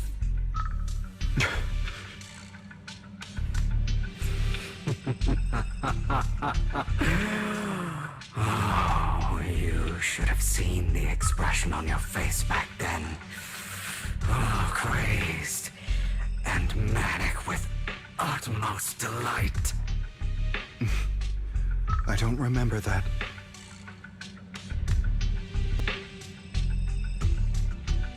Here you go again, trying to deny your desires. Deep down inside, you've always wondered, asking yourself why these evil people never got the punishment they deserved. Why the world is so unfair. Don't you want to rip them to shreds? Just like that day when you beat that boy's face into the dirt until he was barely recognizable. His disgusting blood staining your fists. Recall your exhilaration, your cathartic release of rage, that outpour of hatred. That victory belongs to you. You deserve it. Those brothers and sisters of mine are all dead. I cannot take revenge against the long deceased. They died by Hartman's hand, dying in the power struggle to become the Ravenlock family's heir, rather than by our scythe. Boring. Boring? I find it hilariously ironic. Children who would murder their own kin for scraps of power dead at the hand of their uncle who followed their example. Is that not karma? Power struggles pitting kin against each other, betrayal, suspicion, and hatred between people of the same blood. It's like a curse written into the Ravenlock family's genes. Laughably stupid. Don't forget, my dear, that the same blood flows through your veins.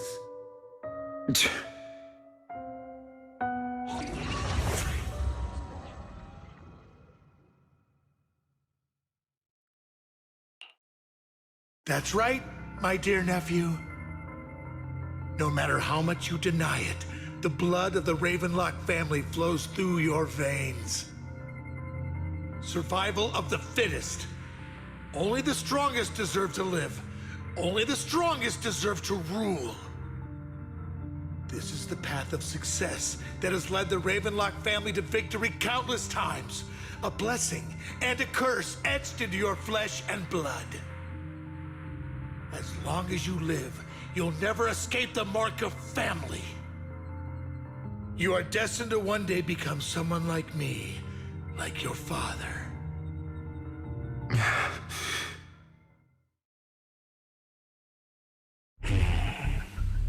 Is that fear I sense? I can see you trembling. Why does the Ravenlock bloodline terrify you so? I won't become like my father. Never. You won't become a failure like our power eclipses him, and so does our ambition. So, do not deny your own desires. Do not resist your own ambition. This is the talent you were born with. The best gift fate has ever given you. Admit it. Deep within your heart lies a spark, yearning to ignite a raging inferno that will burn everything down. And I am that spark.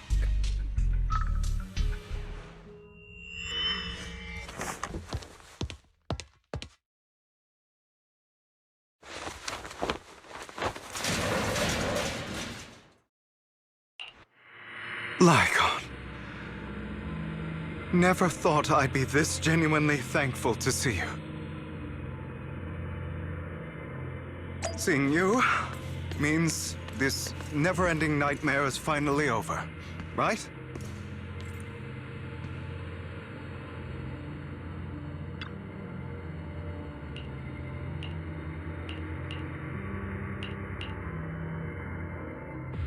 I don't want to hear something like that from you.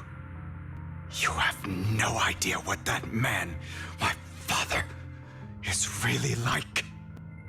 A person who stops at nothing for their own interests and ambitions. Just like what you're doing right now. And what do you think I'm doing this for? All of this was part of your plan. You knew where the Ravenlock family was going to be, so you set Mockingbird's target there. To seek revenge, you plotted to assassinate your own father, but he was too vigilant, and you failed. After almost being assassinated, your father was furious and locked everyone in the hall, but was unable to find the assassin. And what a coincidence that a hollow disaster just occurred in the vicinity. So he used it to eliminate all the unfamiliar faces there, turning them into victims of the hollow, an easy feat for the Ravenlock family. So, the one who killed innocents was my father, not me. You knew what choice an extremist like him would make, and you used the chaos to once again attempt an assassination. This time you succeeded. You killed your own father at the cost of innocent lives. Admit it, Hugo. You don't care about anyone else. The only thing you care about is your revenge. How is that any different from your father? Enough. I'm tired. I may hate him for betraying me, but he wouldn't say something like that. What? You aren't Lycaon. You're the other me, hidden deep within my heart.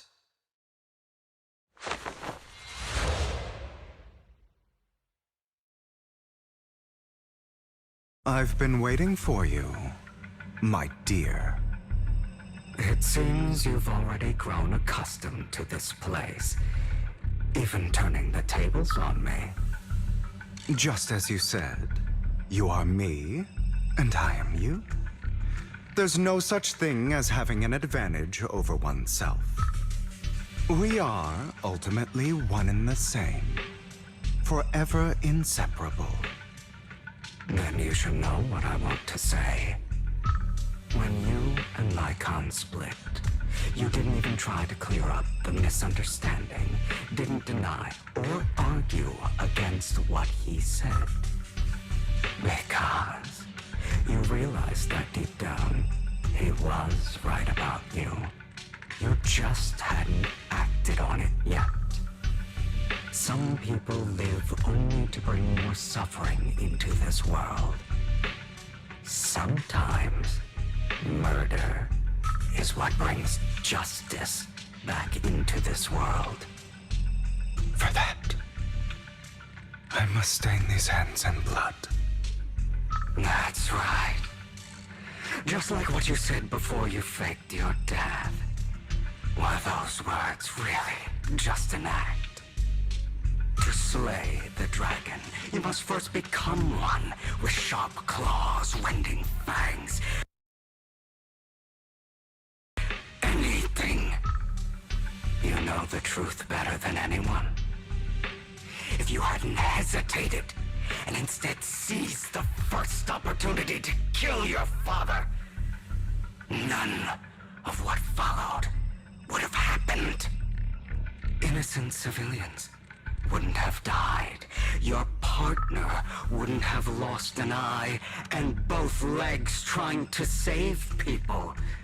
And Mockingbird would have never gotten to that point.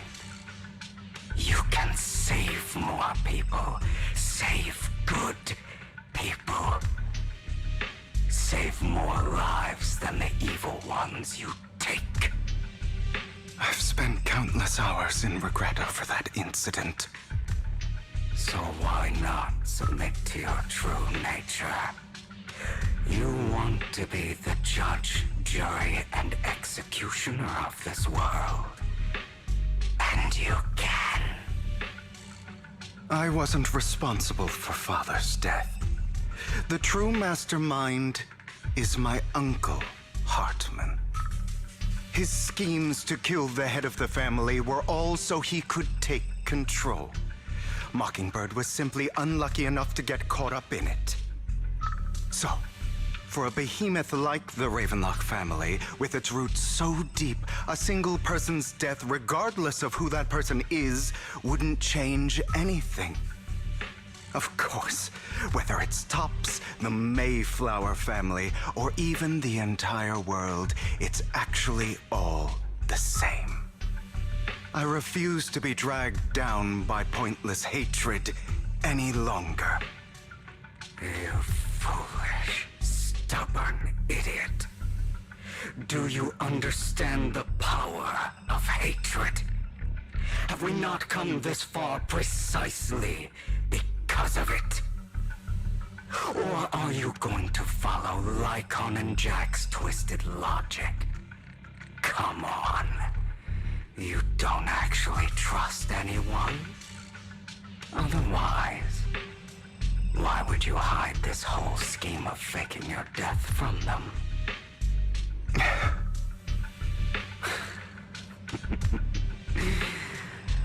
You've built an impenetrable wall around your heart, keeping everyone out. Of course you are right to do so. No one in this world can be trusted. Always. All you'll receive is hatred from your own blood and no love. Suspicion from your companions, and betrayal that comes all too easily. But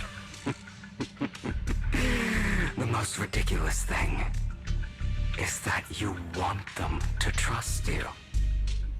You stay silent and long for them to notice your suffering. You yearn for your companions' understanding and trust. Idiot. Capable of exploiting them for your own ends. You care about their safety even more than your own. But remember, only the weak need companions. And we are children born from hatred. We are different from them. I will never be like them, and I don't need to be. Come, let me show you what powers we can wield. But you are me, and I'll never lose to myself.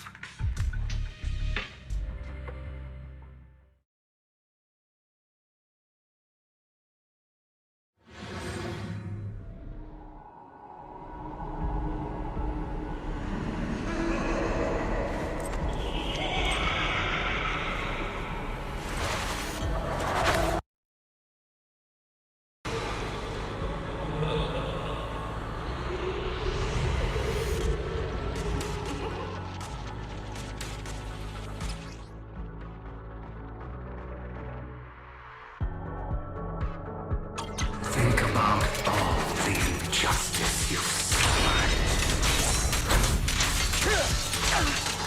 If you choose to forgive, not betray yourself. Know that. Letting you consume me would be the real betrayal to myself.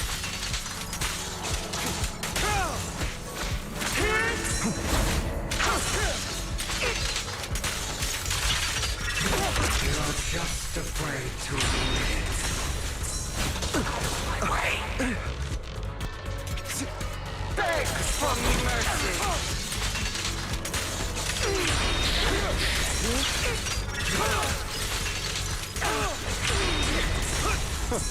Is that all?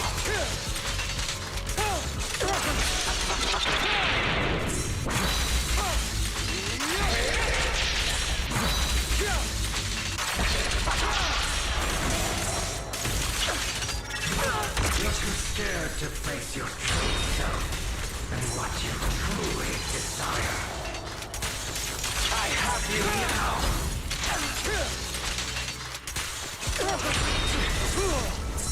Out of my way!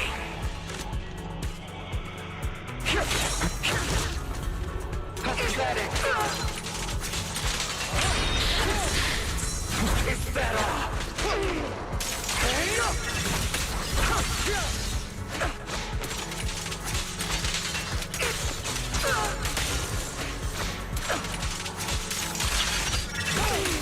Prepare to kneel before me.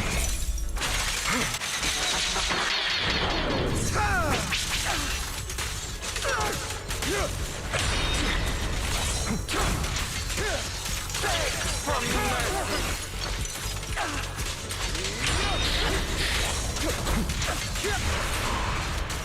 Are you trying to kill me? You think you can just get rid of me?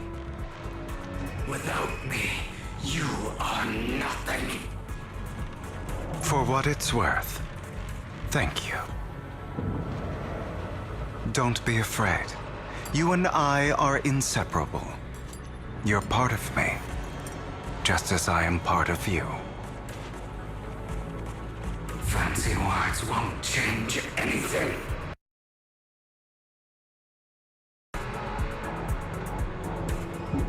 No. It's not just platitudes. I finally understand now. Some pain only fades when it's seen.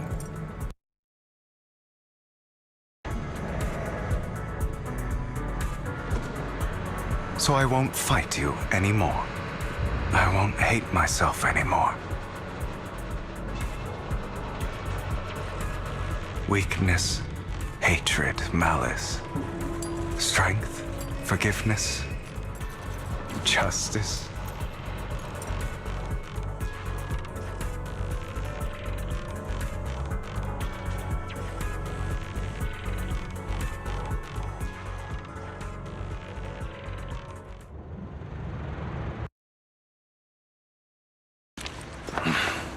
Hugo, it's time.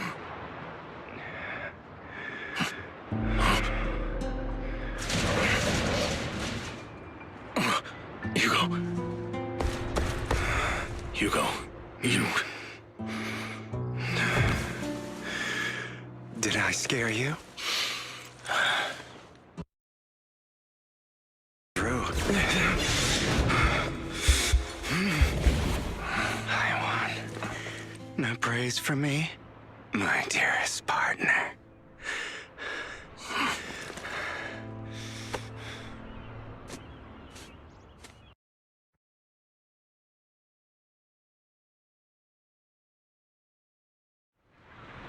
This is just like what I saw in my...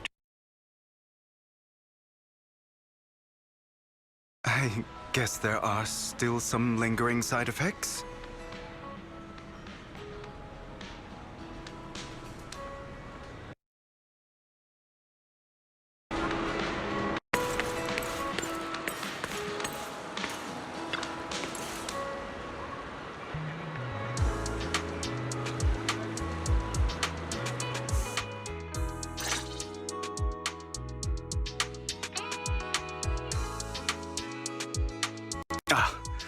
My former partner. You're still as punctual as ever. Are you sure you're fully recovered? How about we fight? And I'll show you how recovered I am. I refuse to fight someone who is in need of medical attention.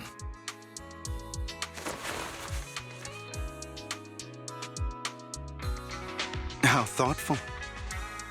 I'm touched. Or perhaps is this simply part of Victoria Housekeeping's professional care? I'd rather you not starve to death.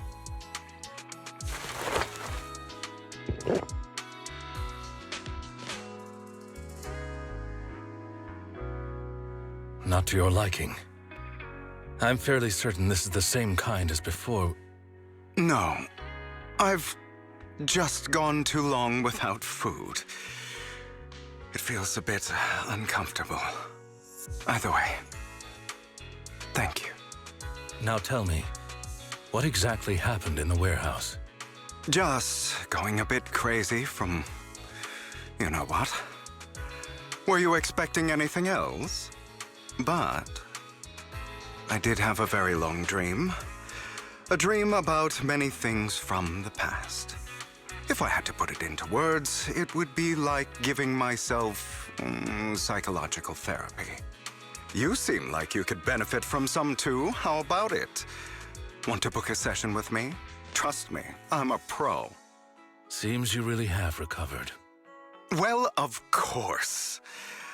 I'm feeling pretty great right now. Like I could argue with you all day on every petty detail of who exactly was in the wrong back then. I wanted to ask, what you said about Mokingbird before, when you faked your death, was that part of the act? Oh, you mean the part about how Mokingbird has never really changed anything or saved anyone. I didn't expect you to still be so hung up on this.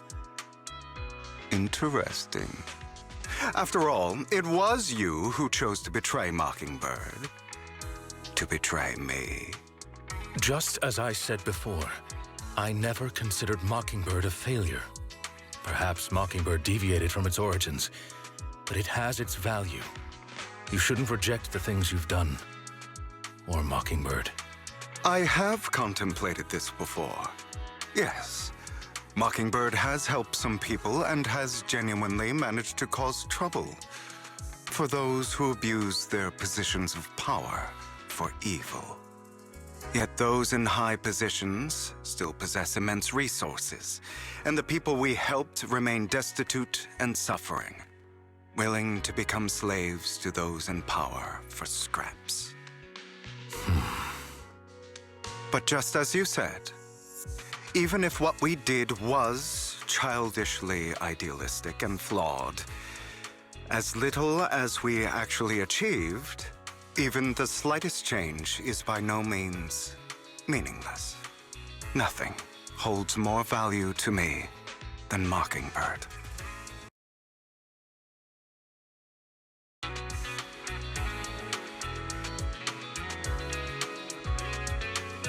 All right, let's catch up later. I still have things to do and need to wrap up my plan. I thought you would rest up first. As much as I would prefer that. My dear uncle and the Exaltus fanatics likely would not give me such an opportunity. If all has gone to plan, the fish will have taken the bait already. And if everything goes very well, I'll soon have solid evidence of the Ravenlock family's crimes. Well then, thank you for your assistance, former partner. Let's part ways here. I'll go with you. Lycaon, surely you don't think that because I just recovered, I'm too weak to deal with those useless fools. Hartman's actions will disturb the safety of New Eridu. As I serve the mayor, I should intervene. Very well, whatever. Let's go. And don't slow me down.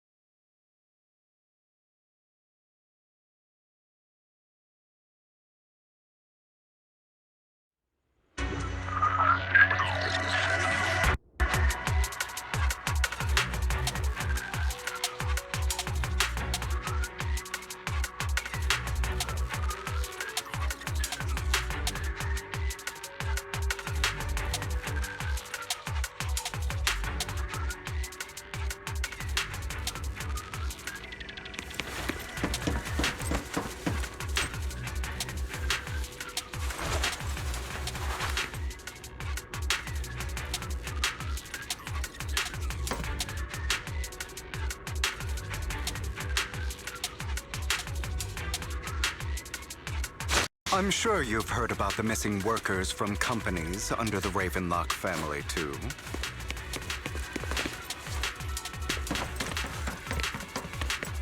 I know where they are. Those are Ravenlock's men. The workers with them are the victims who were tricked into going into the Hollow.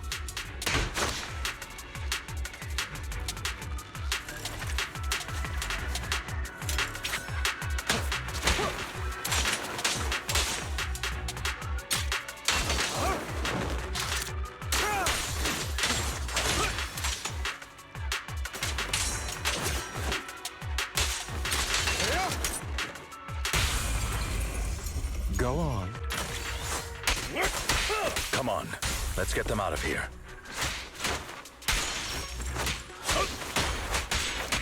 At your service.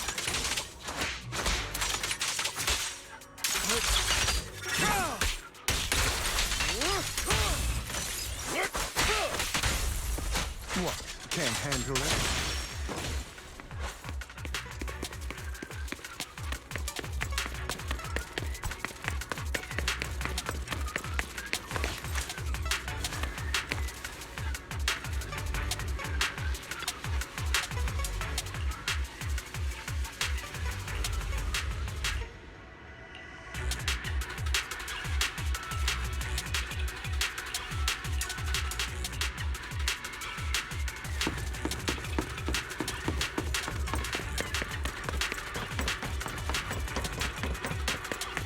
Bunch of nobodies.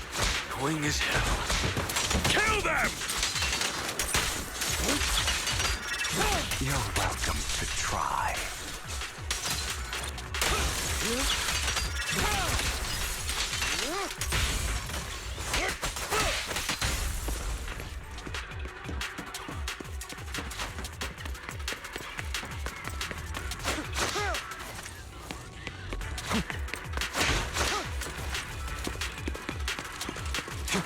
More workers here. And quite a lot of them.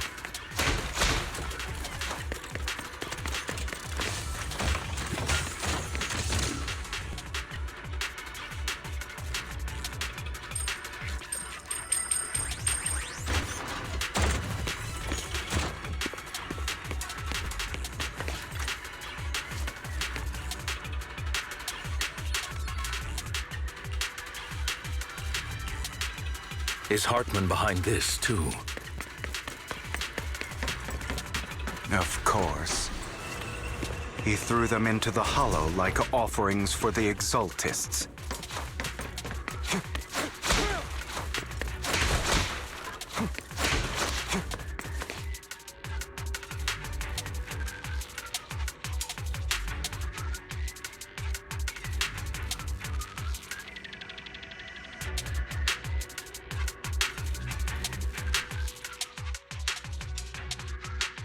There's more over there. Let's hurry. It's different this time. Don't rush in. I still need more direct evidence to ensure the plan is absolutely foolproof.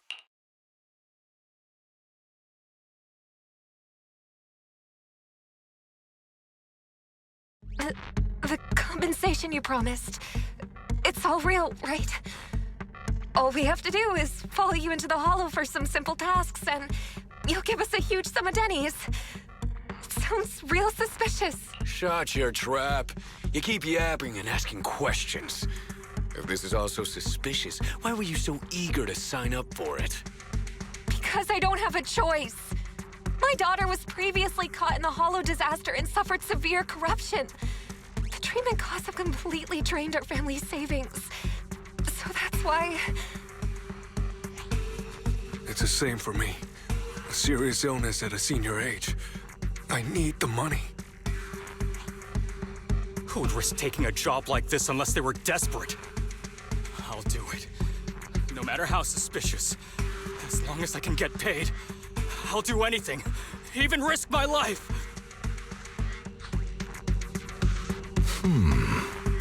Wait, you people from the Ravenlock family, you're part of a big company in Tops. You wouldn't go back on your word, right? Don't worry, you'll get every denny you were promised. But before we start, You all need to take this medicine first.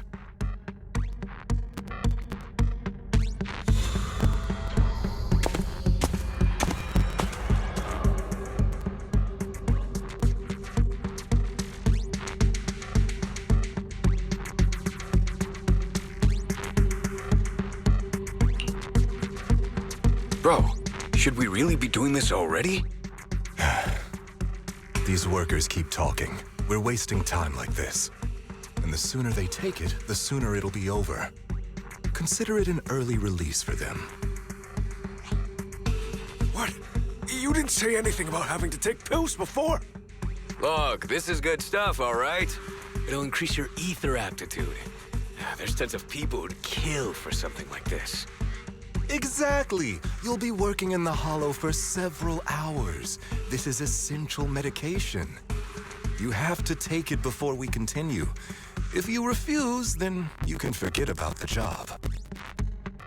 Of course, you won't receive the compensation either.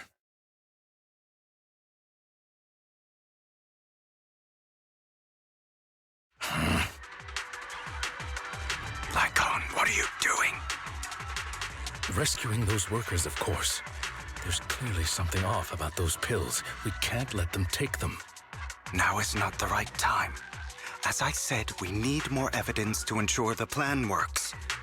And as I said many years ago, you can't exploit innocence to achieve your goal.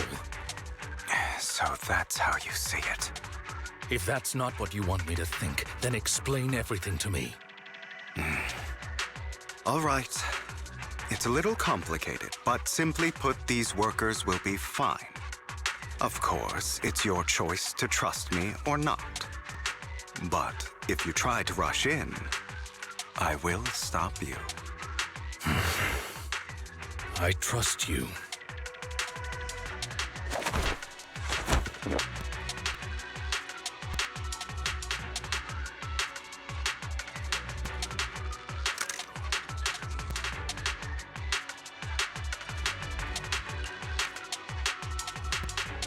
All right. That's the evidence. Now we can go and beat them into the ground as much as you want. Don't forget, you owe me an explanation. Also, don't overdo it and kill them, even if they're the worst of the Ravenlock family. All right, Your Holiness, Saint Lycaon. Who the hell are you?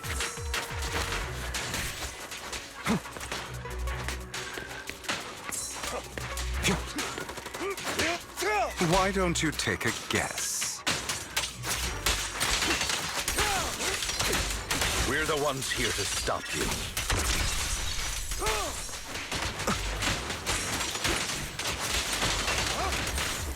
Can't remember the last time we worked this well as a team.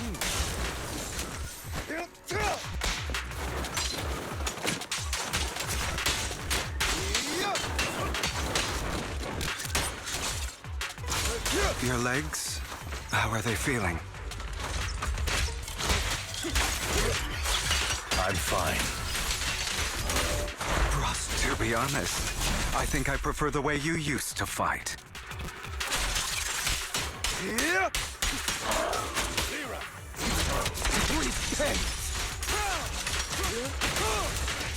You had a lot more aggression. I've merely learned to control my strength.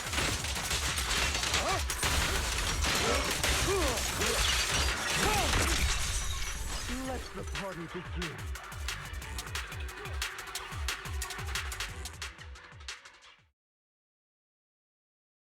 Ah, damn it! Who the hell are you? How dare you mess with the Ravenlock family? Ravenlock. Savor the name while you can, for it will soon cease to exist. What's that supposed to mean? It means exactly what I said. I think this might be good for you. Sever your ties while you can. You still have a chance to walk your own path. The family's honor comes above all else. Is that really what you think? I saw the compassion on your face just now. You're not from the main family, right? That's why you were assigned to these trivial tasks. But in reality, there's no need for you to keep playing this boring game for them. I don't have a choice. From the moment I was born into the Ravenlock family, You always have a choice, if you're willing to act. All right, let's end the small talk here.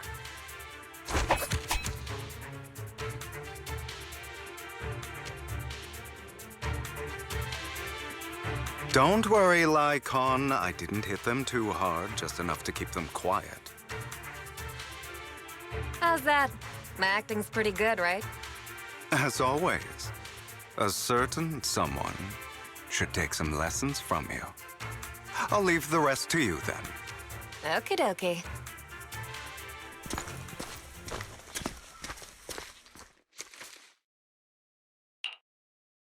Okay, now can you tell me exactly what's going on here?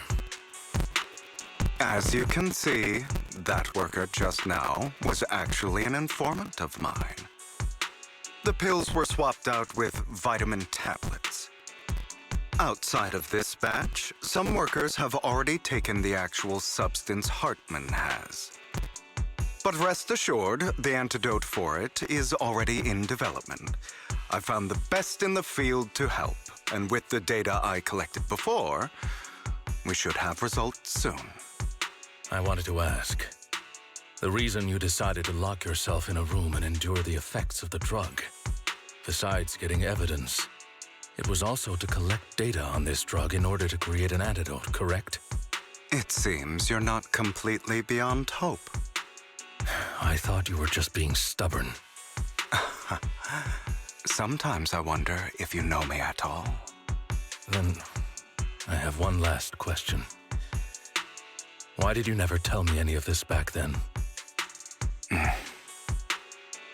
The truth is, I heard everything. That entire conversation between you and Jack. Before he passed away in that small attic. When Jack called you aside and gave you those warnings. When he told me you might go down the wrong path? That's right. You never said anything. What would I even do? Scream and rage over your suspicions, or get on my knees and beg for you to trust me? You know there's no way I'd allow myself to do such a thing. Besides, back then, even I was confused about myself. Jack, he... It's all in the past. You don't need to explain anything to me. Enough. We should get going. If we're going to reminisce over the past, we should find a more suitable location.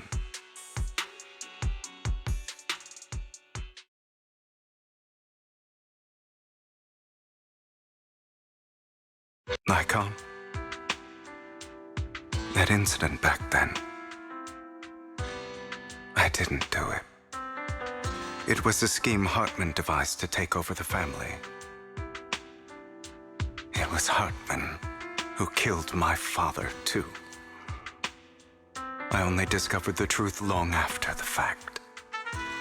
I did indeed attack my father, and I thought he was dead.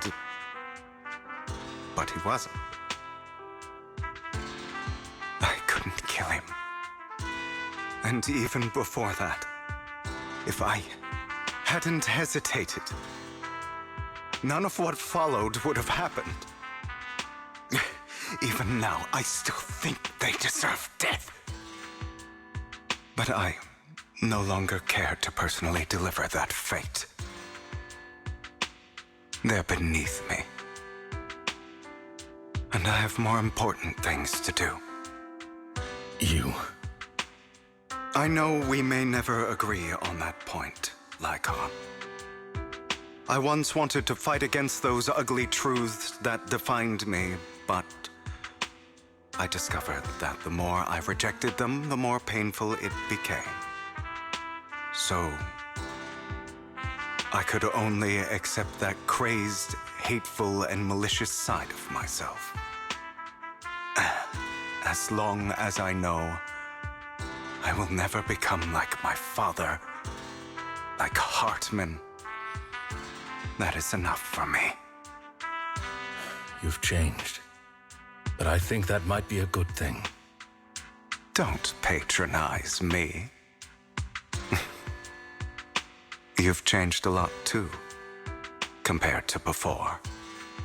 I still disagree with Jack's words, and I won't forgive your betrayal.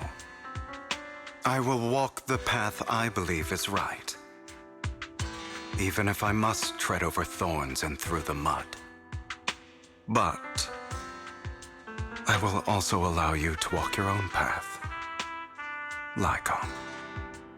Should I say thank you? You're welcome. Come to think of it, we haven't talked about your legs and eye. It was just an accident, not your fault. I'm doing well now. I hope you are too. On the contrary, perhaps I should be the one apologizing. I misjudged you. I used to think you wanted power, that everything you did was for your own ambitions. I thought you wanted the power to pass judgment on all in this world, like a god. I am a god. I am my own god. Or you could say that in this world, everyone is their own god. There are many things that we are powerless to change. But there are also many choices we can make. Just as I said before, I am the only one who can kill me or save me. I'm glad you think that way. Let's go. I still have one last thing to do. To witness the end of Ravenlock.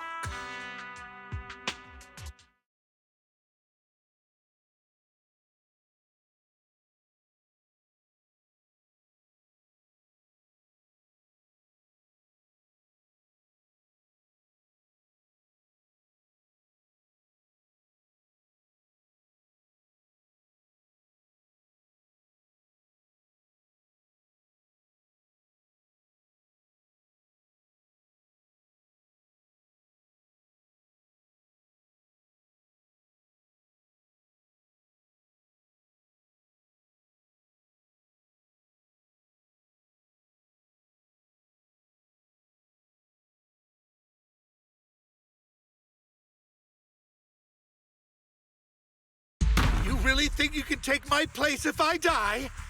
Never, you filthy bastard! Your little tricks mean nothing.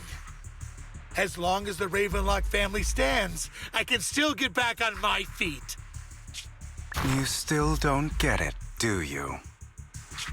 This was never about avenging my father. And I don't care about taking your place. I didn't come this far just to kill you. That'd be pathetic. Right on cue. Why don't you take a look at this, Uncle? On behalf of TOPS, I'd like to clarify that we had no involvement in the Ravenlock family's actions. TOPS is officially terminating all partnerships with the Ravenlock family, effective immediately. We will have no further affiliation with them. Are you crazy? What the hell do you get out of ruining the Ravenlocks? You want to be a petty thief forever? Thief? Oh, Uncle. Allow me to reintroduce myself. I'm the name people whisper about. The one who robs the rich and gives to the poor. I'm the master con artist who can fool anyone, anytime. I'm the leader of Mokingbird. The one who turns every headline into my own stage.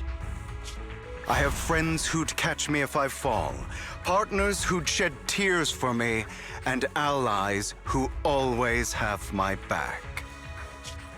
I am hugovlad, You're the one who needs the Ravenlock name. I never did.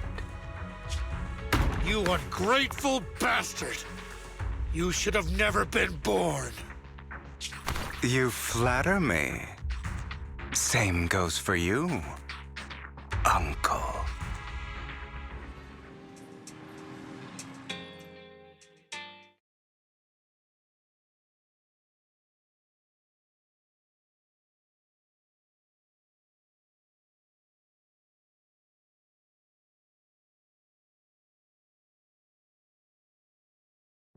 You've done well, Vivian.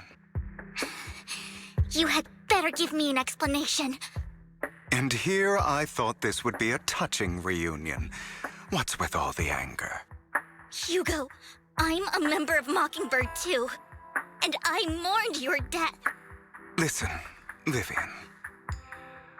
I don't want you or the people you cherish to get caught up in danger because of me. I've always been selfish. So I don't hesitate to use you all as variables in my plans. But it is because I am selfish that I also don't want my failures to affect my treasured companions. In any case, if you were in the same position, would you not make the same decisions? Lycaon's taking care of everything outside. We should go. Also, Wise, thank you. And I'm sorry for the whole act where I threatened you. It was the only way for Hartman to drop his guard against you and leave you be. I, Hugovlad, am forever indebted to you.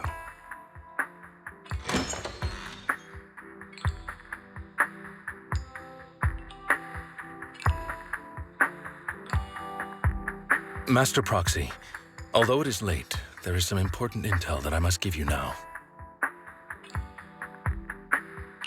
Did you know about Hugo's plan to fake his death and everything that's been happening, Lycaon? I was simply playing along. After all, I could not determine whether Hugo's plan would pose a threat to you. You are a student of the mayor's late friend, and I am obligated to protect you. You still have that habit of finding awkward excuses when you're embarrassed. Mr. Hugovlad, if you have any important intelligence to share, please do so with haste. I need to return to rest before midnight.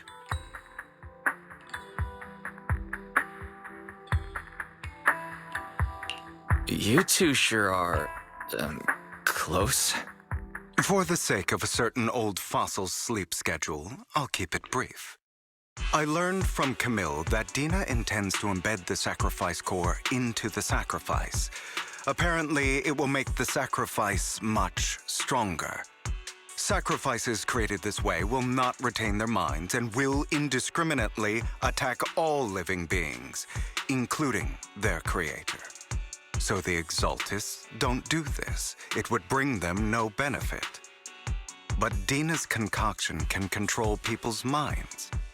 If a person takes the pill and is injected with the serum Landon left behind, the sacrifice would be under its creator's control. Although the dormant sacrifice has been destroyed, Dina found a batch of that serum her father created and wants to create new sacrifices. Putting aside the sacrifice for now, Hartman's sacrifice core is fake. We don't know where the real one disappeared to. The real core has always been here. Here? In Lord Phaethon's video store? Vivian, do you remember when I suggested you give that collectible to our dear Proxy? I remember.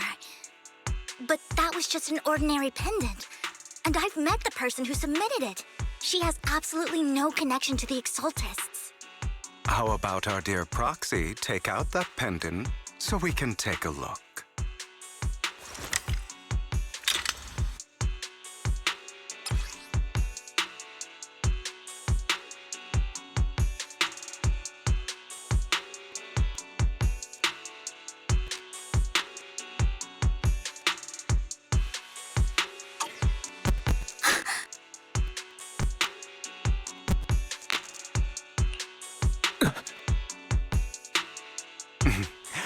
I'll take your surprised expressions as a compliment for my little trick.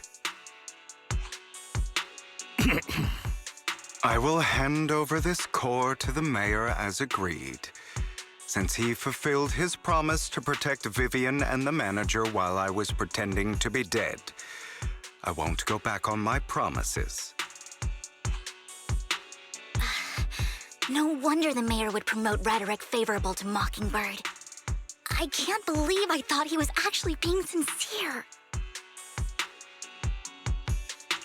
Since we have the sacrifice core, all we have to do now is stop Dina from using innocent people to make more sacrifices.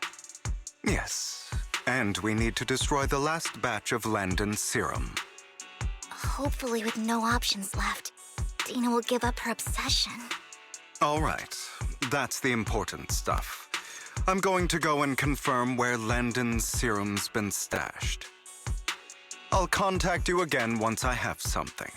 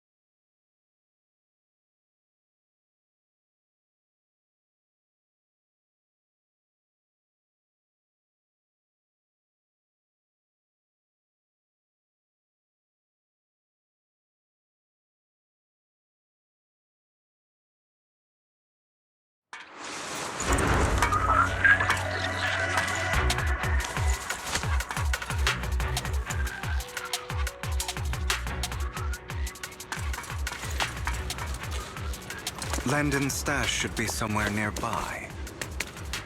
I did some digging. Some of the missing workers were brought here too.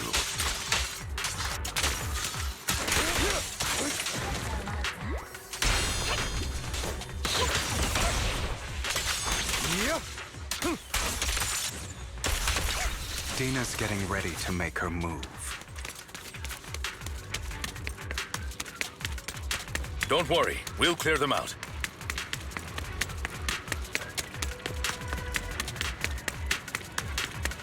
They're trying to destroy the goods! Stop them!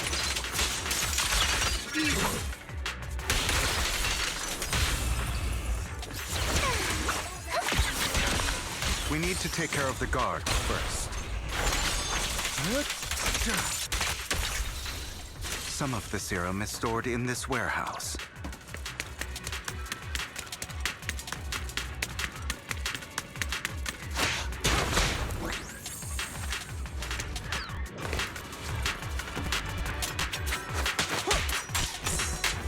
You're not taking anything from here! Hugo, get the guards first.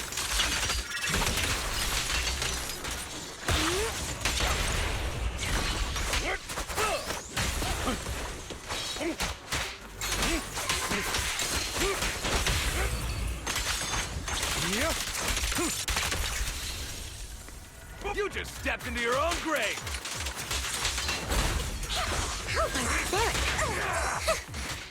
Fools. Oh, what a coincidence. The end is nigh. Let order and madness dance. Say no more. Truth is a beloved fairy tale. A deep clean.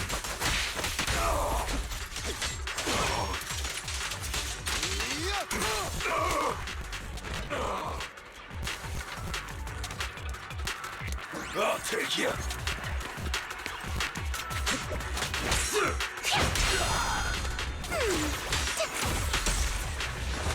Move it. Notice me. Look.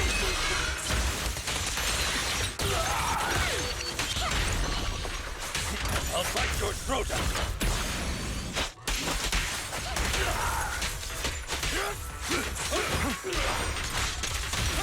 Stay calm now. Tales for the dawn that sets the world alight. Scram before I get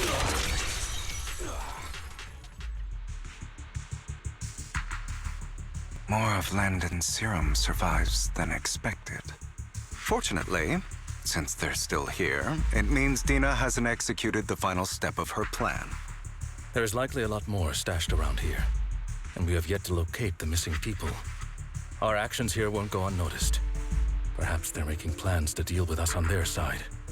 With Landon and Dina's concoctions combined, she may be capable of creating a sacrifice that obeys her.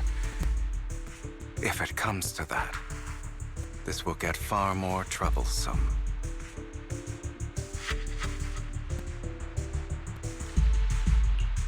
How about we split up? Hugo and Lycaon will destroy what remains of the substance around here, and Vivian and I will go search elsewhere. Very well. Let's go with your plan. But be careful if you encounter Dina and her people.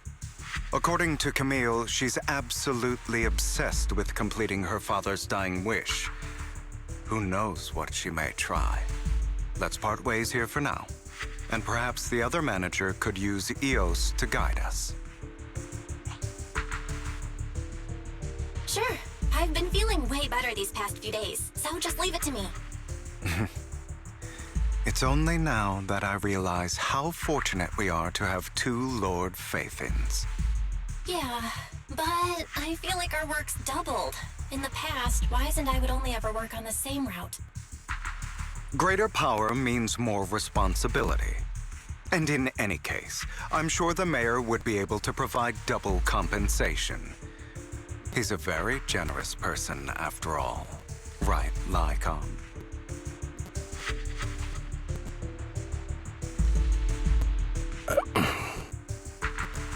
I will request additional compensation from the mayor.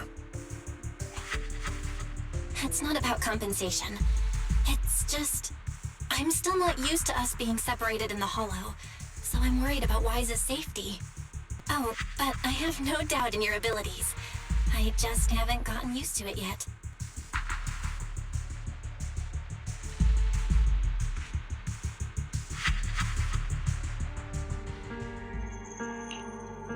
This is the future I saw. Lord Pathan.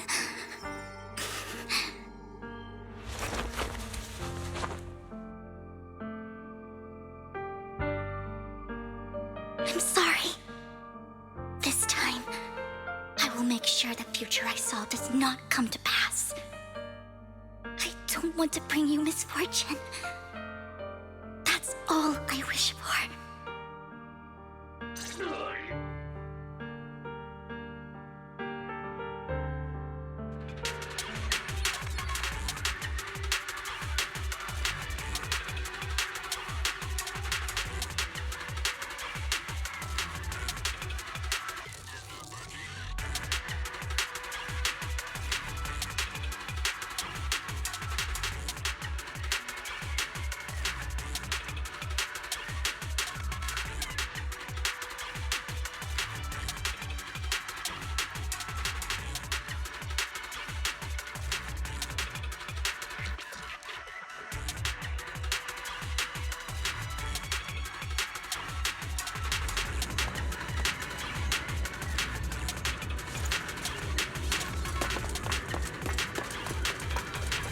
Leave this to me, Lord Phaethon.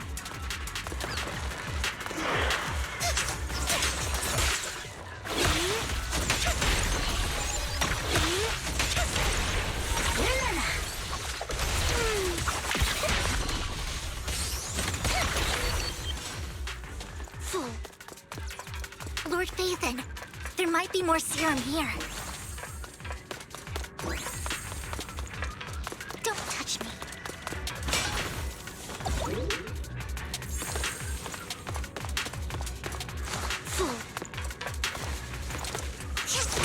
How dare you steal from Lady Dina!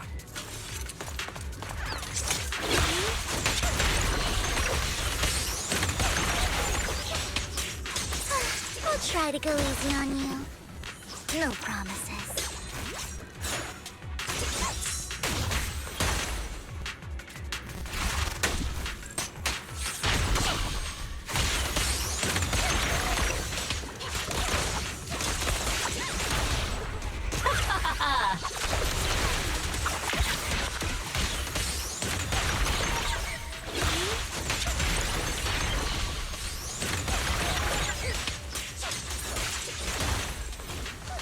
There are containers by the fissure. Don't touch me. Fool, there's got to be something inside. Let's try opening them.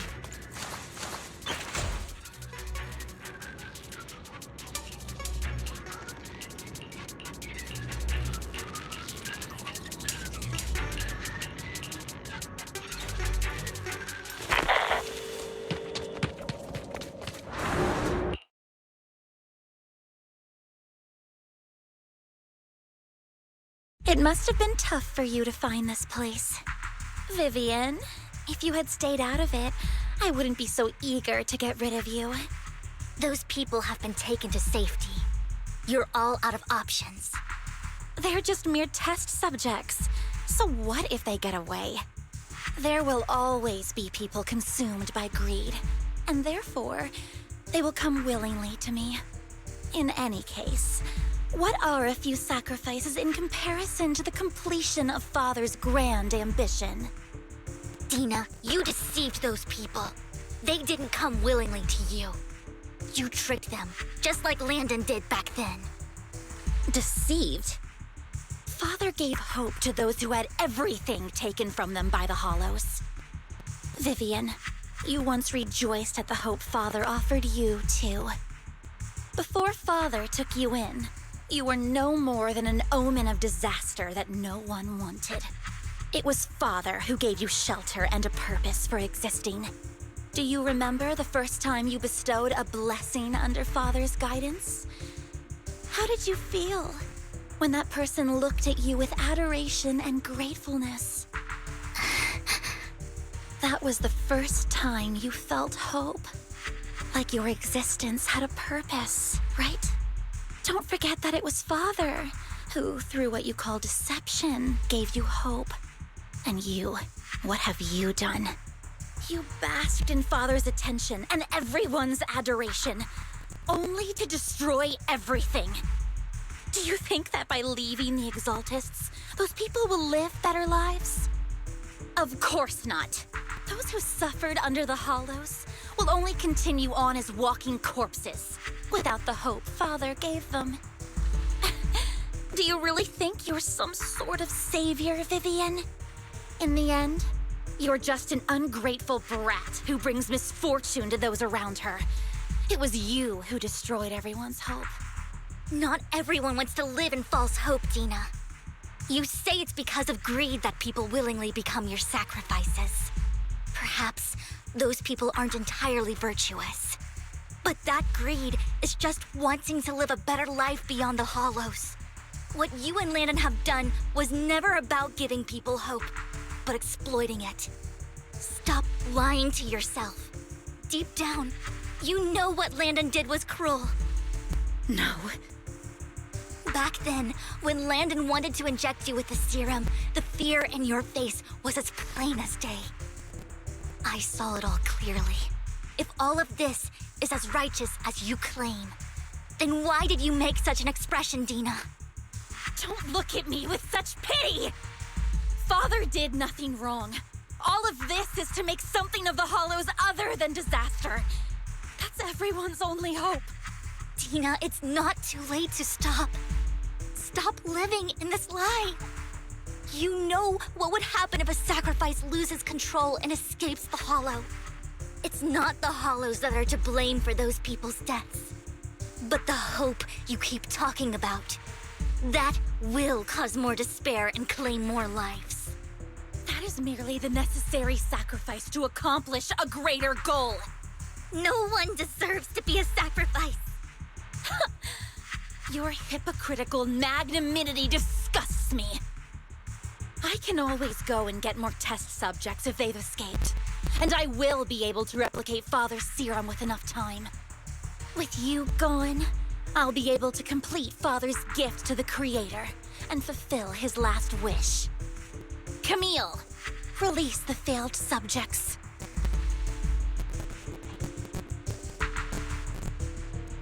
Lady Dina. Camille, are you going to do what you did before? You keep saying you'll follow the Creator, but it's all lies. Lady Dina, the Hollows took my family from me. I understand that there's no way to get back what I've lost. It was Lord Landon who told me that the Creator would guide me. One day, Hollows will no longer be disasters. Everyone will be able to survive inside them. I look forward to the day when this hope becomes reality. I watched you grow up, and I know that you've always looked up to your father. He gives you hope. And I destroyed that hope with my own hands. I know the pain of loss, so I've always felt guilty. I want to atone for the hope I destroyed. But Dina, I don't want to ruin more lives. And I don't want to continue watching you destroy yourself. Vivian is right. Not everyone wants to live in false hope. So, please, stop. Camille, are you abandoning me too? I'm not abandoning you. I just don't want to see you go past the point of no return. The point of no return? I passed that point ages ago. No, Dina. You can still turn back. I'll be your way back. Where are you going, Camille? I made a deal with Hugo and the mayor. If someone needs to take the fall for this, let it be me. I did it. All of it. I've been forcing Landon's only daughter, Dina, to research how to create sacrifices. I colluded with the Ravenlock family for my own gain. Everything Dina did was under duress. Since I've kept her captive for so long, she doesn't have the skills to survive as an independent member of society. She'll need a caretaker and teacher. Someone who will look after her and educate her. No! I refuse, Camille! I refuse to accept this! Dina, I'm going to dispose of those failed subjects. I won't allow it! You'll die! I won't allow it! You can't leave me. I command you! You've always followed my orders, and you will follow them now! It wasn't your orders that I've been following. My younger sister, who was stolen from me by the Hollows, also had such beautiful red hair. When Landon told me the Creator could bring me hope, you were standing there, right behind him. I was certain, then and there, that this was the hope the Creator had given me. Start over, Dina. You still have so long, so much time. You'll make friends, find people who love you, and make many beautiful memories. That's not what I want! Camille, you're not allowed to die! I won't allow it! I won't allow it! Goodbye, Dina. And I'm sorry, Vivian. I'll leave the rest to you.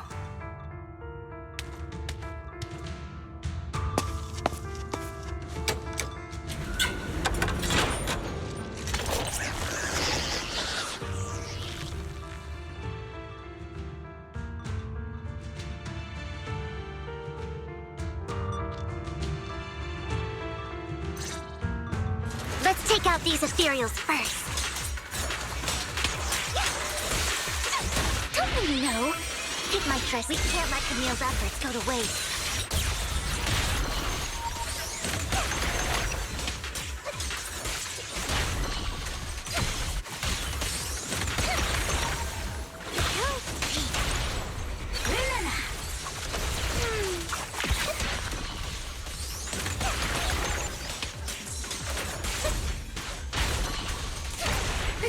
What's up?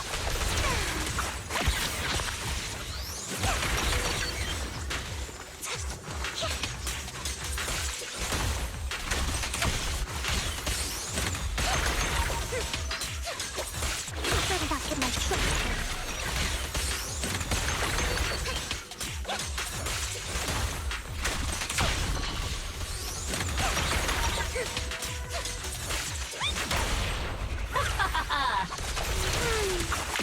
Let's go after Dina, Lord Phaethon.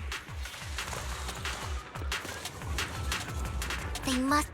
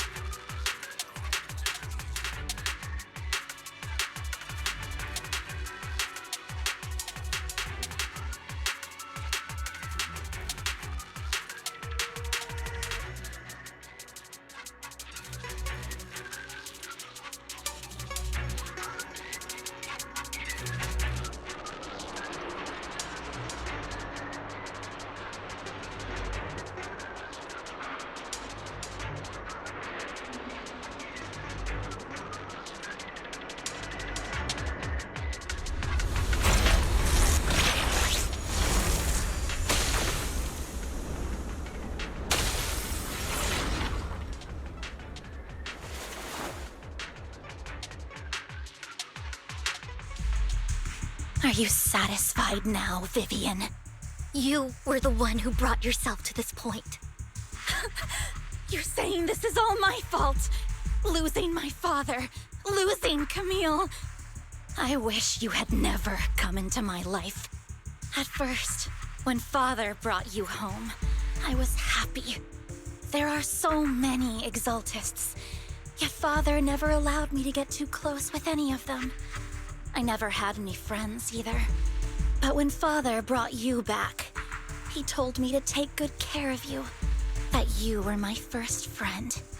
I was also so happy the first time you took my place in helping Father select a person to receive the blessing, because it meant you were different from all those other people.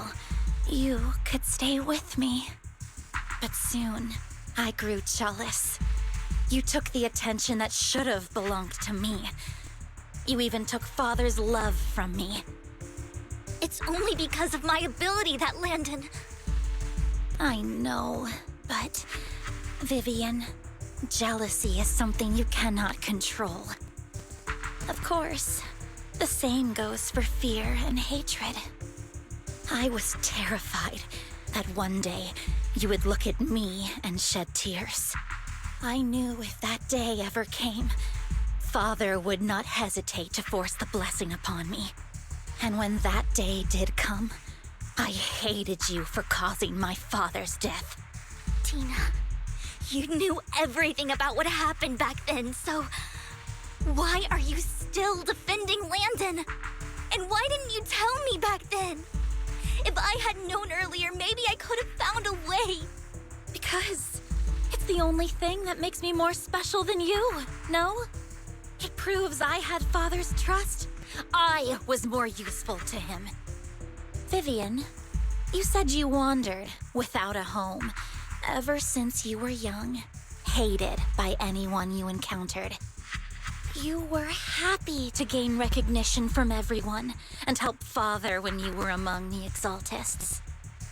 But in the end, you discovered you were being used, so you felt betrayed and hurt. Then, what about me? All I ever had was my father. I've never known a life outside of the Exaltists. Ever since I was young, my only purpose was to help Father select who was to be blessed. The only purpose I had was my father and the Exaltists. I've never been taught anything else, Vivian. It is what little value I have, and have ever had. In the end, you took even that from me, and completely destroyed it. You think you're doing good and fighting evil. You've only managed to affect a small part of your world. But have you ever wondered if maybe that's all there is to my world? I never wanted to hurt you. You were also my first friend. And that's why I wanted to save you back then. Save me? You and Camille all talk about saving me. Why don't you understand? To me, loss is so much more painful than death. Tina, you can start over. Everything Camille did was so you could live on. Let's leave the Hollow together. There are so many amazing places in New Eridu. This time, I'll take care of you. I've also met so many amazing people. I'm sure they'll love you too. Okay, Tina? Vivian. I can't forgive you. And I don't want to forgive you. I have nothing left. If what little hatred I do still harbor were taken from me, well, I refuse to be so pitiful. I won't apologize, Vivian.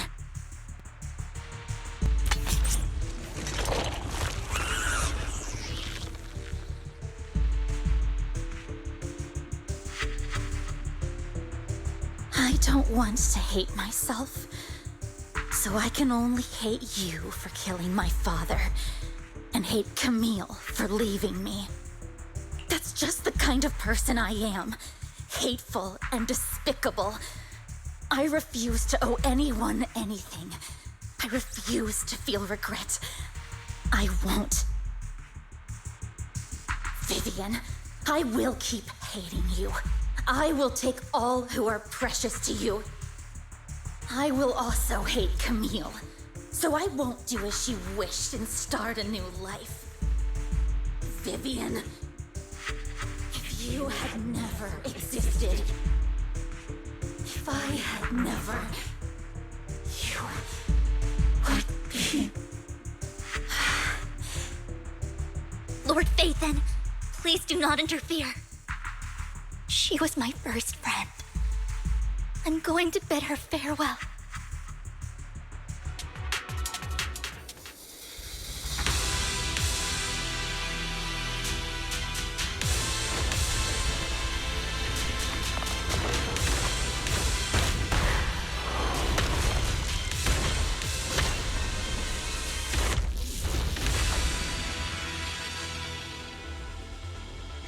Dina, soon the pain will be over.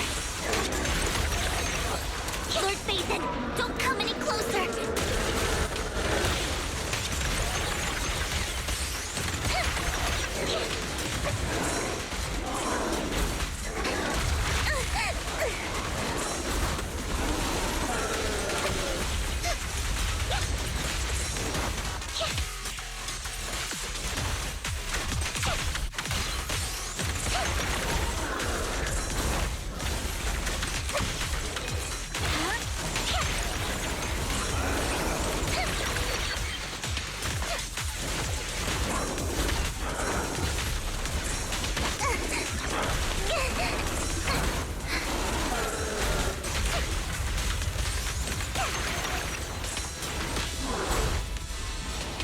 Who dares get between me and Lord Phaethon?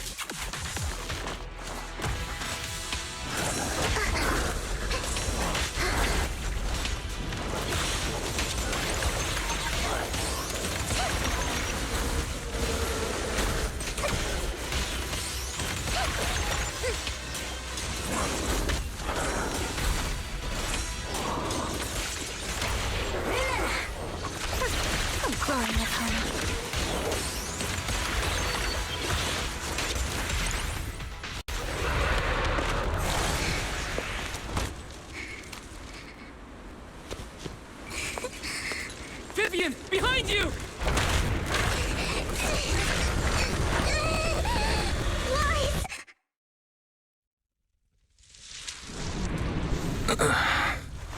What happened?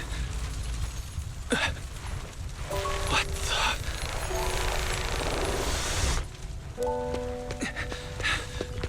Vivian! Lies. Don't come near me.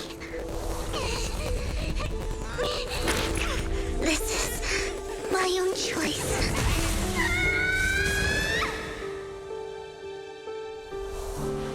I will change the fate I saw. Vivian! I just want you to remember me when I looked my best. Vivian! Careful. Vivian, your body... I'm sorry you had to see me like this, but I don't want to be the one that only brings misfortune anymore. No. There's got to be another way. It's so warm, and the night is beautiful. Vivian?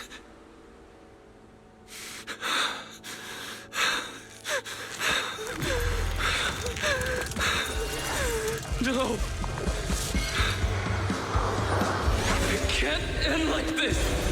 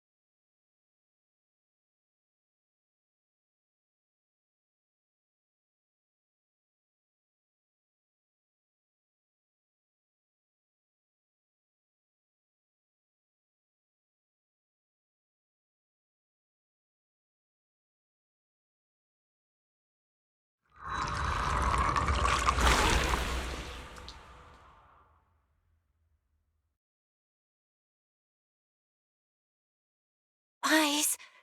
Wise! Wise, you're finally awake. I'm at the store? I remember I was with Vivian. Wait, she injected herself with Landon's serum. Is she okay? Hugo and Lycaon brought you out of the hollow. You scared me to death. Thank goodness you woke up. And you said Vivian used the serum on herself? But she looked fine to me, bar a couple of scratches. Hugo sent me a message earlier saying he got her checked over and she was all right. Do you remember what happened? The situation was dire, so Vivian used the serum on herself to defeat the ethereals. I saw the crystallization process starting to occur. I can't describe exactly what happened. I saw something blurry, but I just wanted to stop Vivian's corruption process. I don't know exactly what I did, but then I lost consciousness. What happened after that? When I let Hugo and Lycaon there, it was just you and Vivian lying there on the ground. We couldn't wake either of you. Let's put that aside for now. Do you feel any discomfort, Wise? I'm a bit dizzy, but otherwise, I'm fine. Don't worry. Phew, that's good. You should rest for tonight. Hugo and Vivian said they'll come over tomorrow, so we can discuss the details then. Okay. Sorry for worrying you, Belle. Good night.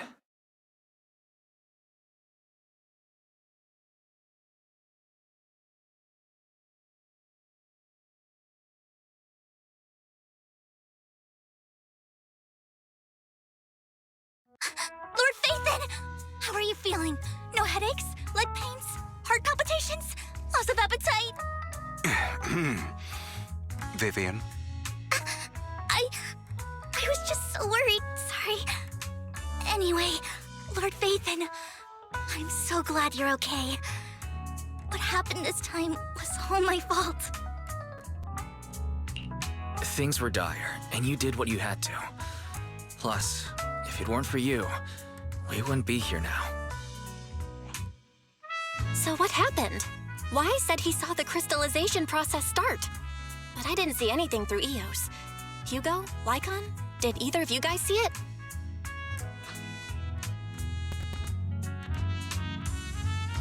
Allow me to explain.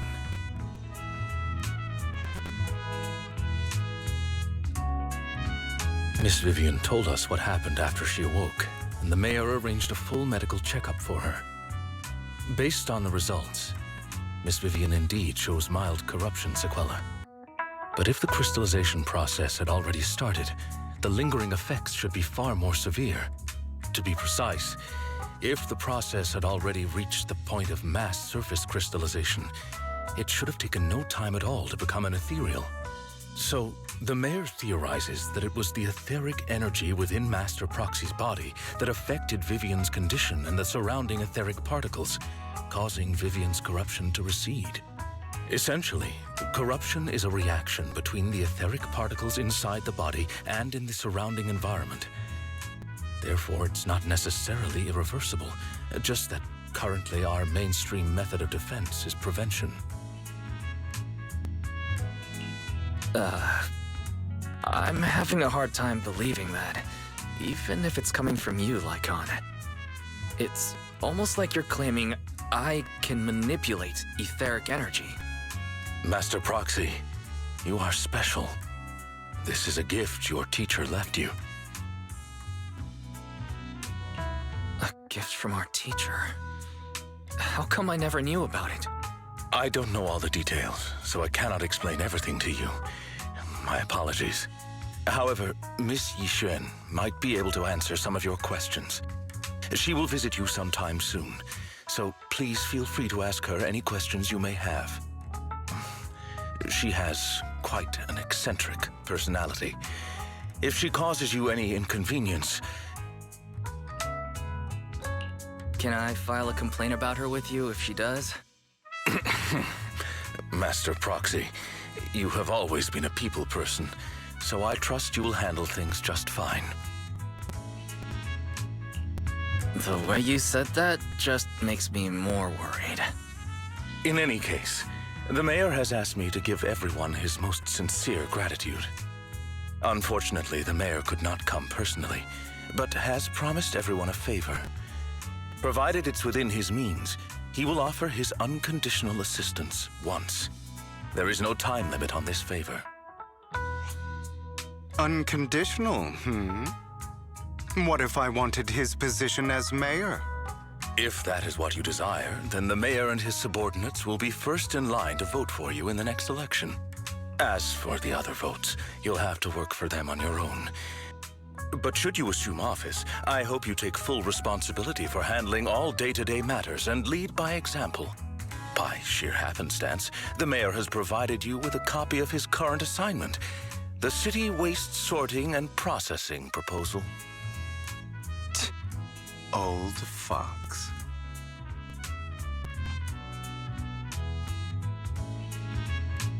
Well, can I request Lord Phaethon's? The mayor imagined you might ask. I have prepared all the necessary documents, and the ceremony expenses will be covered by the mayor as a gift. As long as Master Proxy agrees, we can sign and process the documents immediately.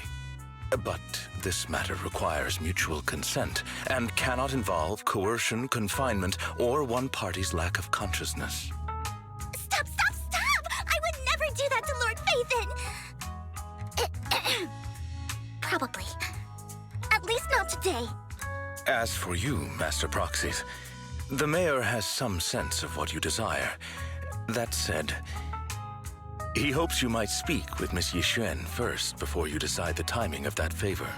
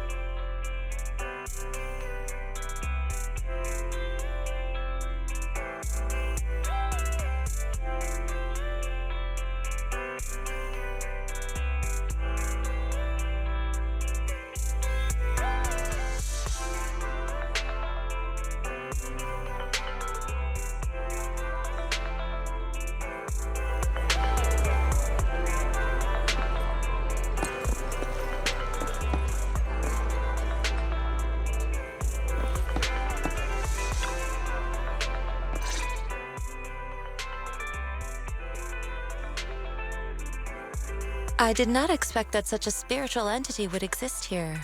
It appears this street is a geomantic gem. A spiritual entity? His name is Howl, and I guess you could count him as a neighbor of mine. Is there anything special about him? No, I was simply a bit surprised. It's rare to find such an intelligent individual of this breed. Even huskies can be really smart, like Howl. You're right. Yet, being overly intelligent comes at a price. It must stay here for prolonged periods of time, parted from its owner and unable to move about freely. Both a blessing and a curse.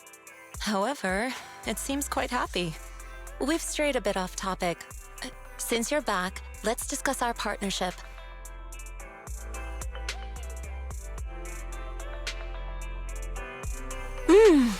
Nice job. Good air circulation, excellent layout. Very suitable for a business. Your bamboo here are also very energetic. It seems your fortune is good when it comes to wealth. Huh. You even know feng shui? I'm happy to hear that. But who exactly are you?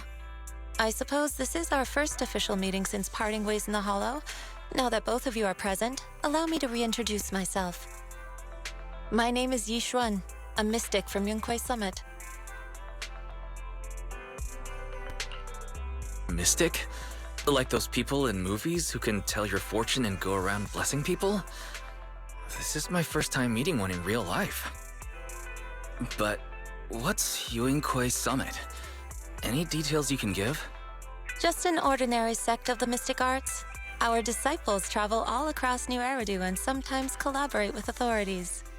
Currently, I'm affiliated with the Hollow Investigative Association. Right now, however, I'm here to discuss a partnership in the name of the Mayflowers. So, what sort of partnership are we talking about? I have reviewed the documents provided by the Mayflowers. You previously underwent an implant surgery. After recent adjustments, abnormalities occurred. These abnormalities bear resemblance to the craft practiced by us at Yunquei Summit. If you are willing, I can teach you how to better control your abilities. Better control my abilities. That sounds great, but there's no such thing as a free lunch. Since you're willing to teach us your craft, Shifu, you must want something in return, right? That's right. Mayflower will have you join me for some investigations. Looking at my divination results, this will be a complicated and very likely dangerous matter. He's still going over the details, but should have more information for you soon. You can wait until then to decide.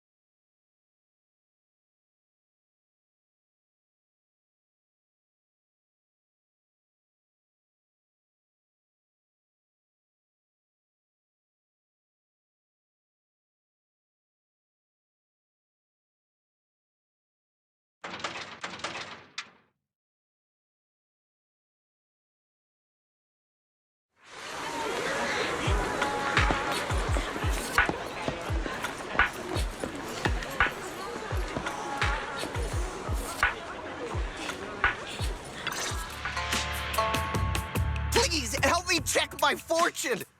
Here's my palm. Look, doesn't this thick wealth line mean I'm about to strike it rich? I've looked it over, and your fortune is decent. Huh? You barely looked at it, and you're already done? You have good fortune. What? You don't believe me? I do. Thank you so much. Next, it's my turn. Hey, wait, hey, quit cutting in line.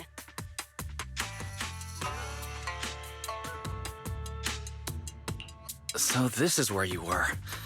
Who are all these people? You're here, Wise? I decided to take a break. I didn't expect so many people to come seeking my divination services. Don't worry, I need no more than a simple spell to solve this matter. Fortune-telling services is 10,000 dennies per session. All gone? Good. It seems the Banish Wealth and Desire spell is still effective. Banish wealth and desire? That's a spell? This isn't the kind of craft you said you were going to teach us, is it? Our video store has a business license, and we'd get complaints if we charged unfair rates. Of course not. This is just a trick to deal with trouble. I'll take my time showing you the true craft of Yunkwai Summit. For now, let's find that shop.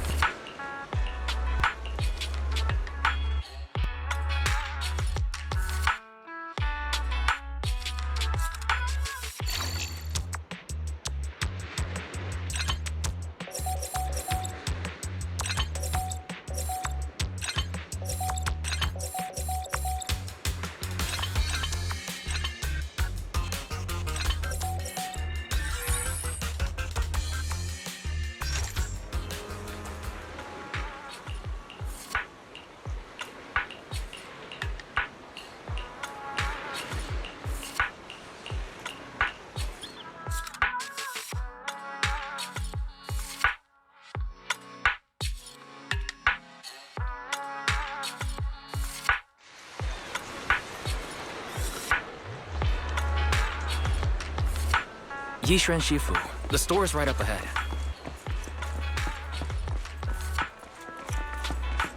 Yes, this is the place. Ah, this is the one. Seems it's closed. Another wasted trip. Not necessarily. 1 second, please.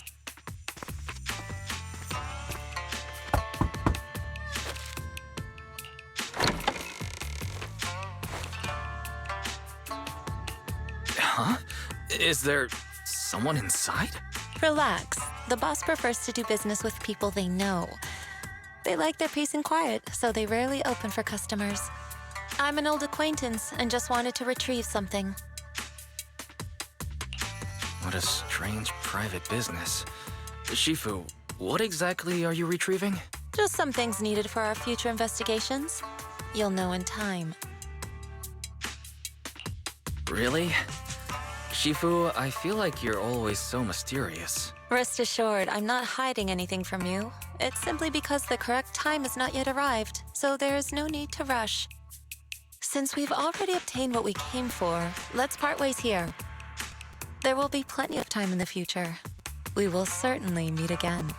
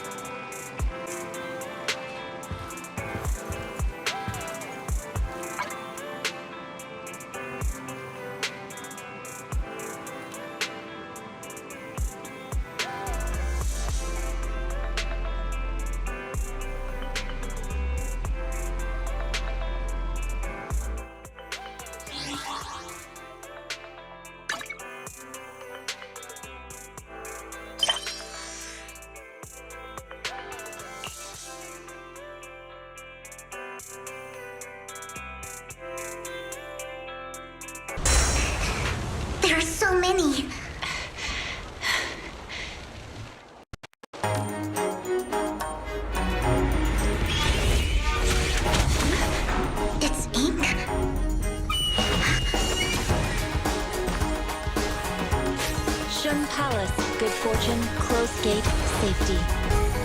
What? An evil miasma gathers here. Another place of conflict. If you wish to avoid disaster, then head southeast.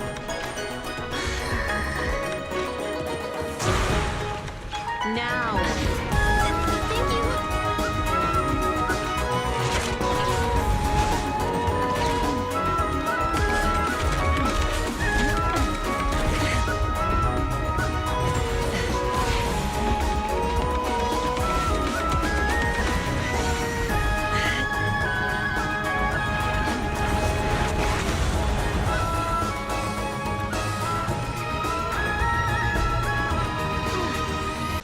Finally, peace and quiet.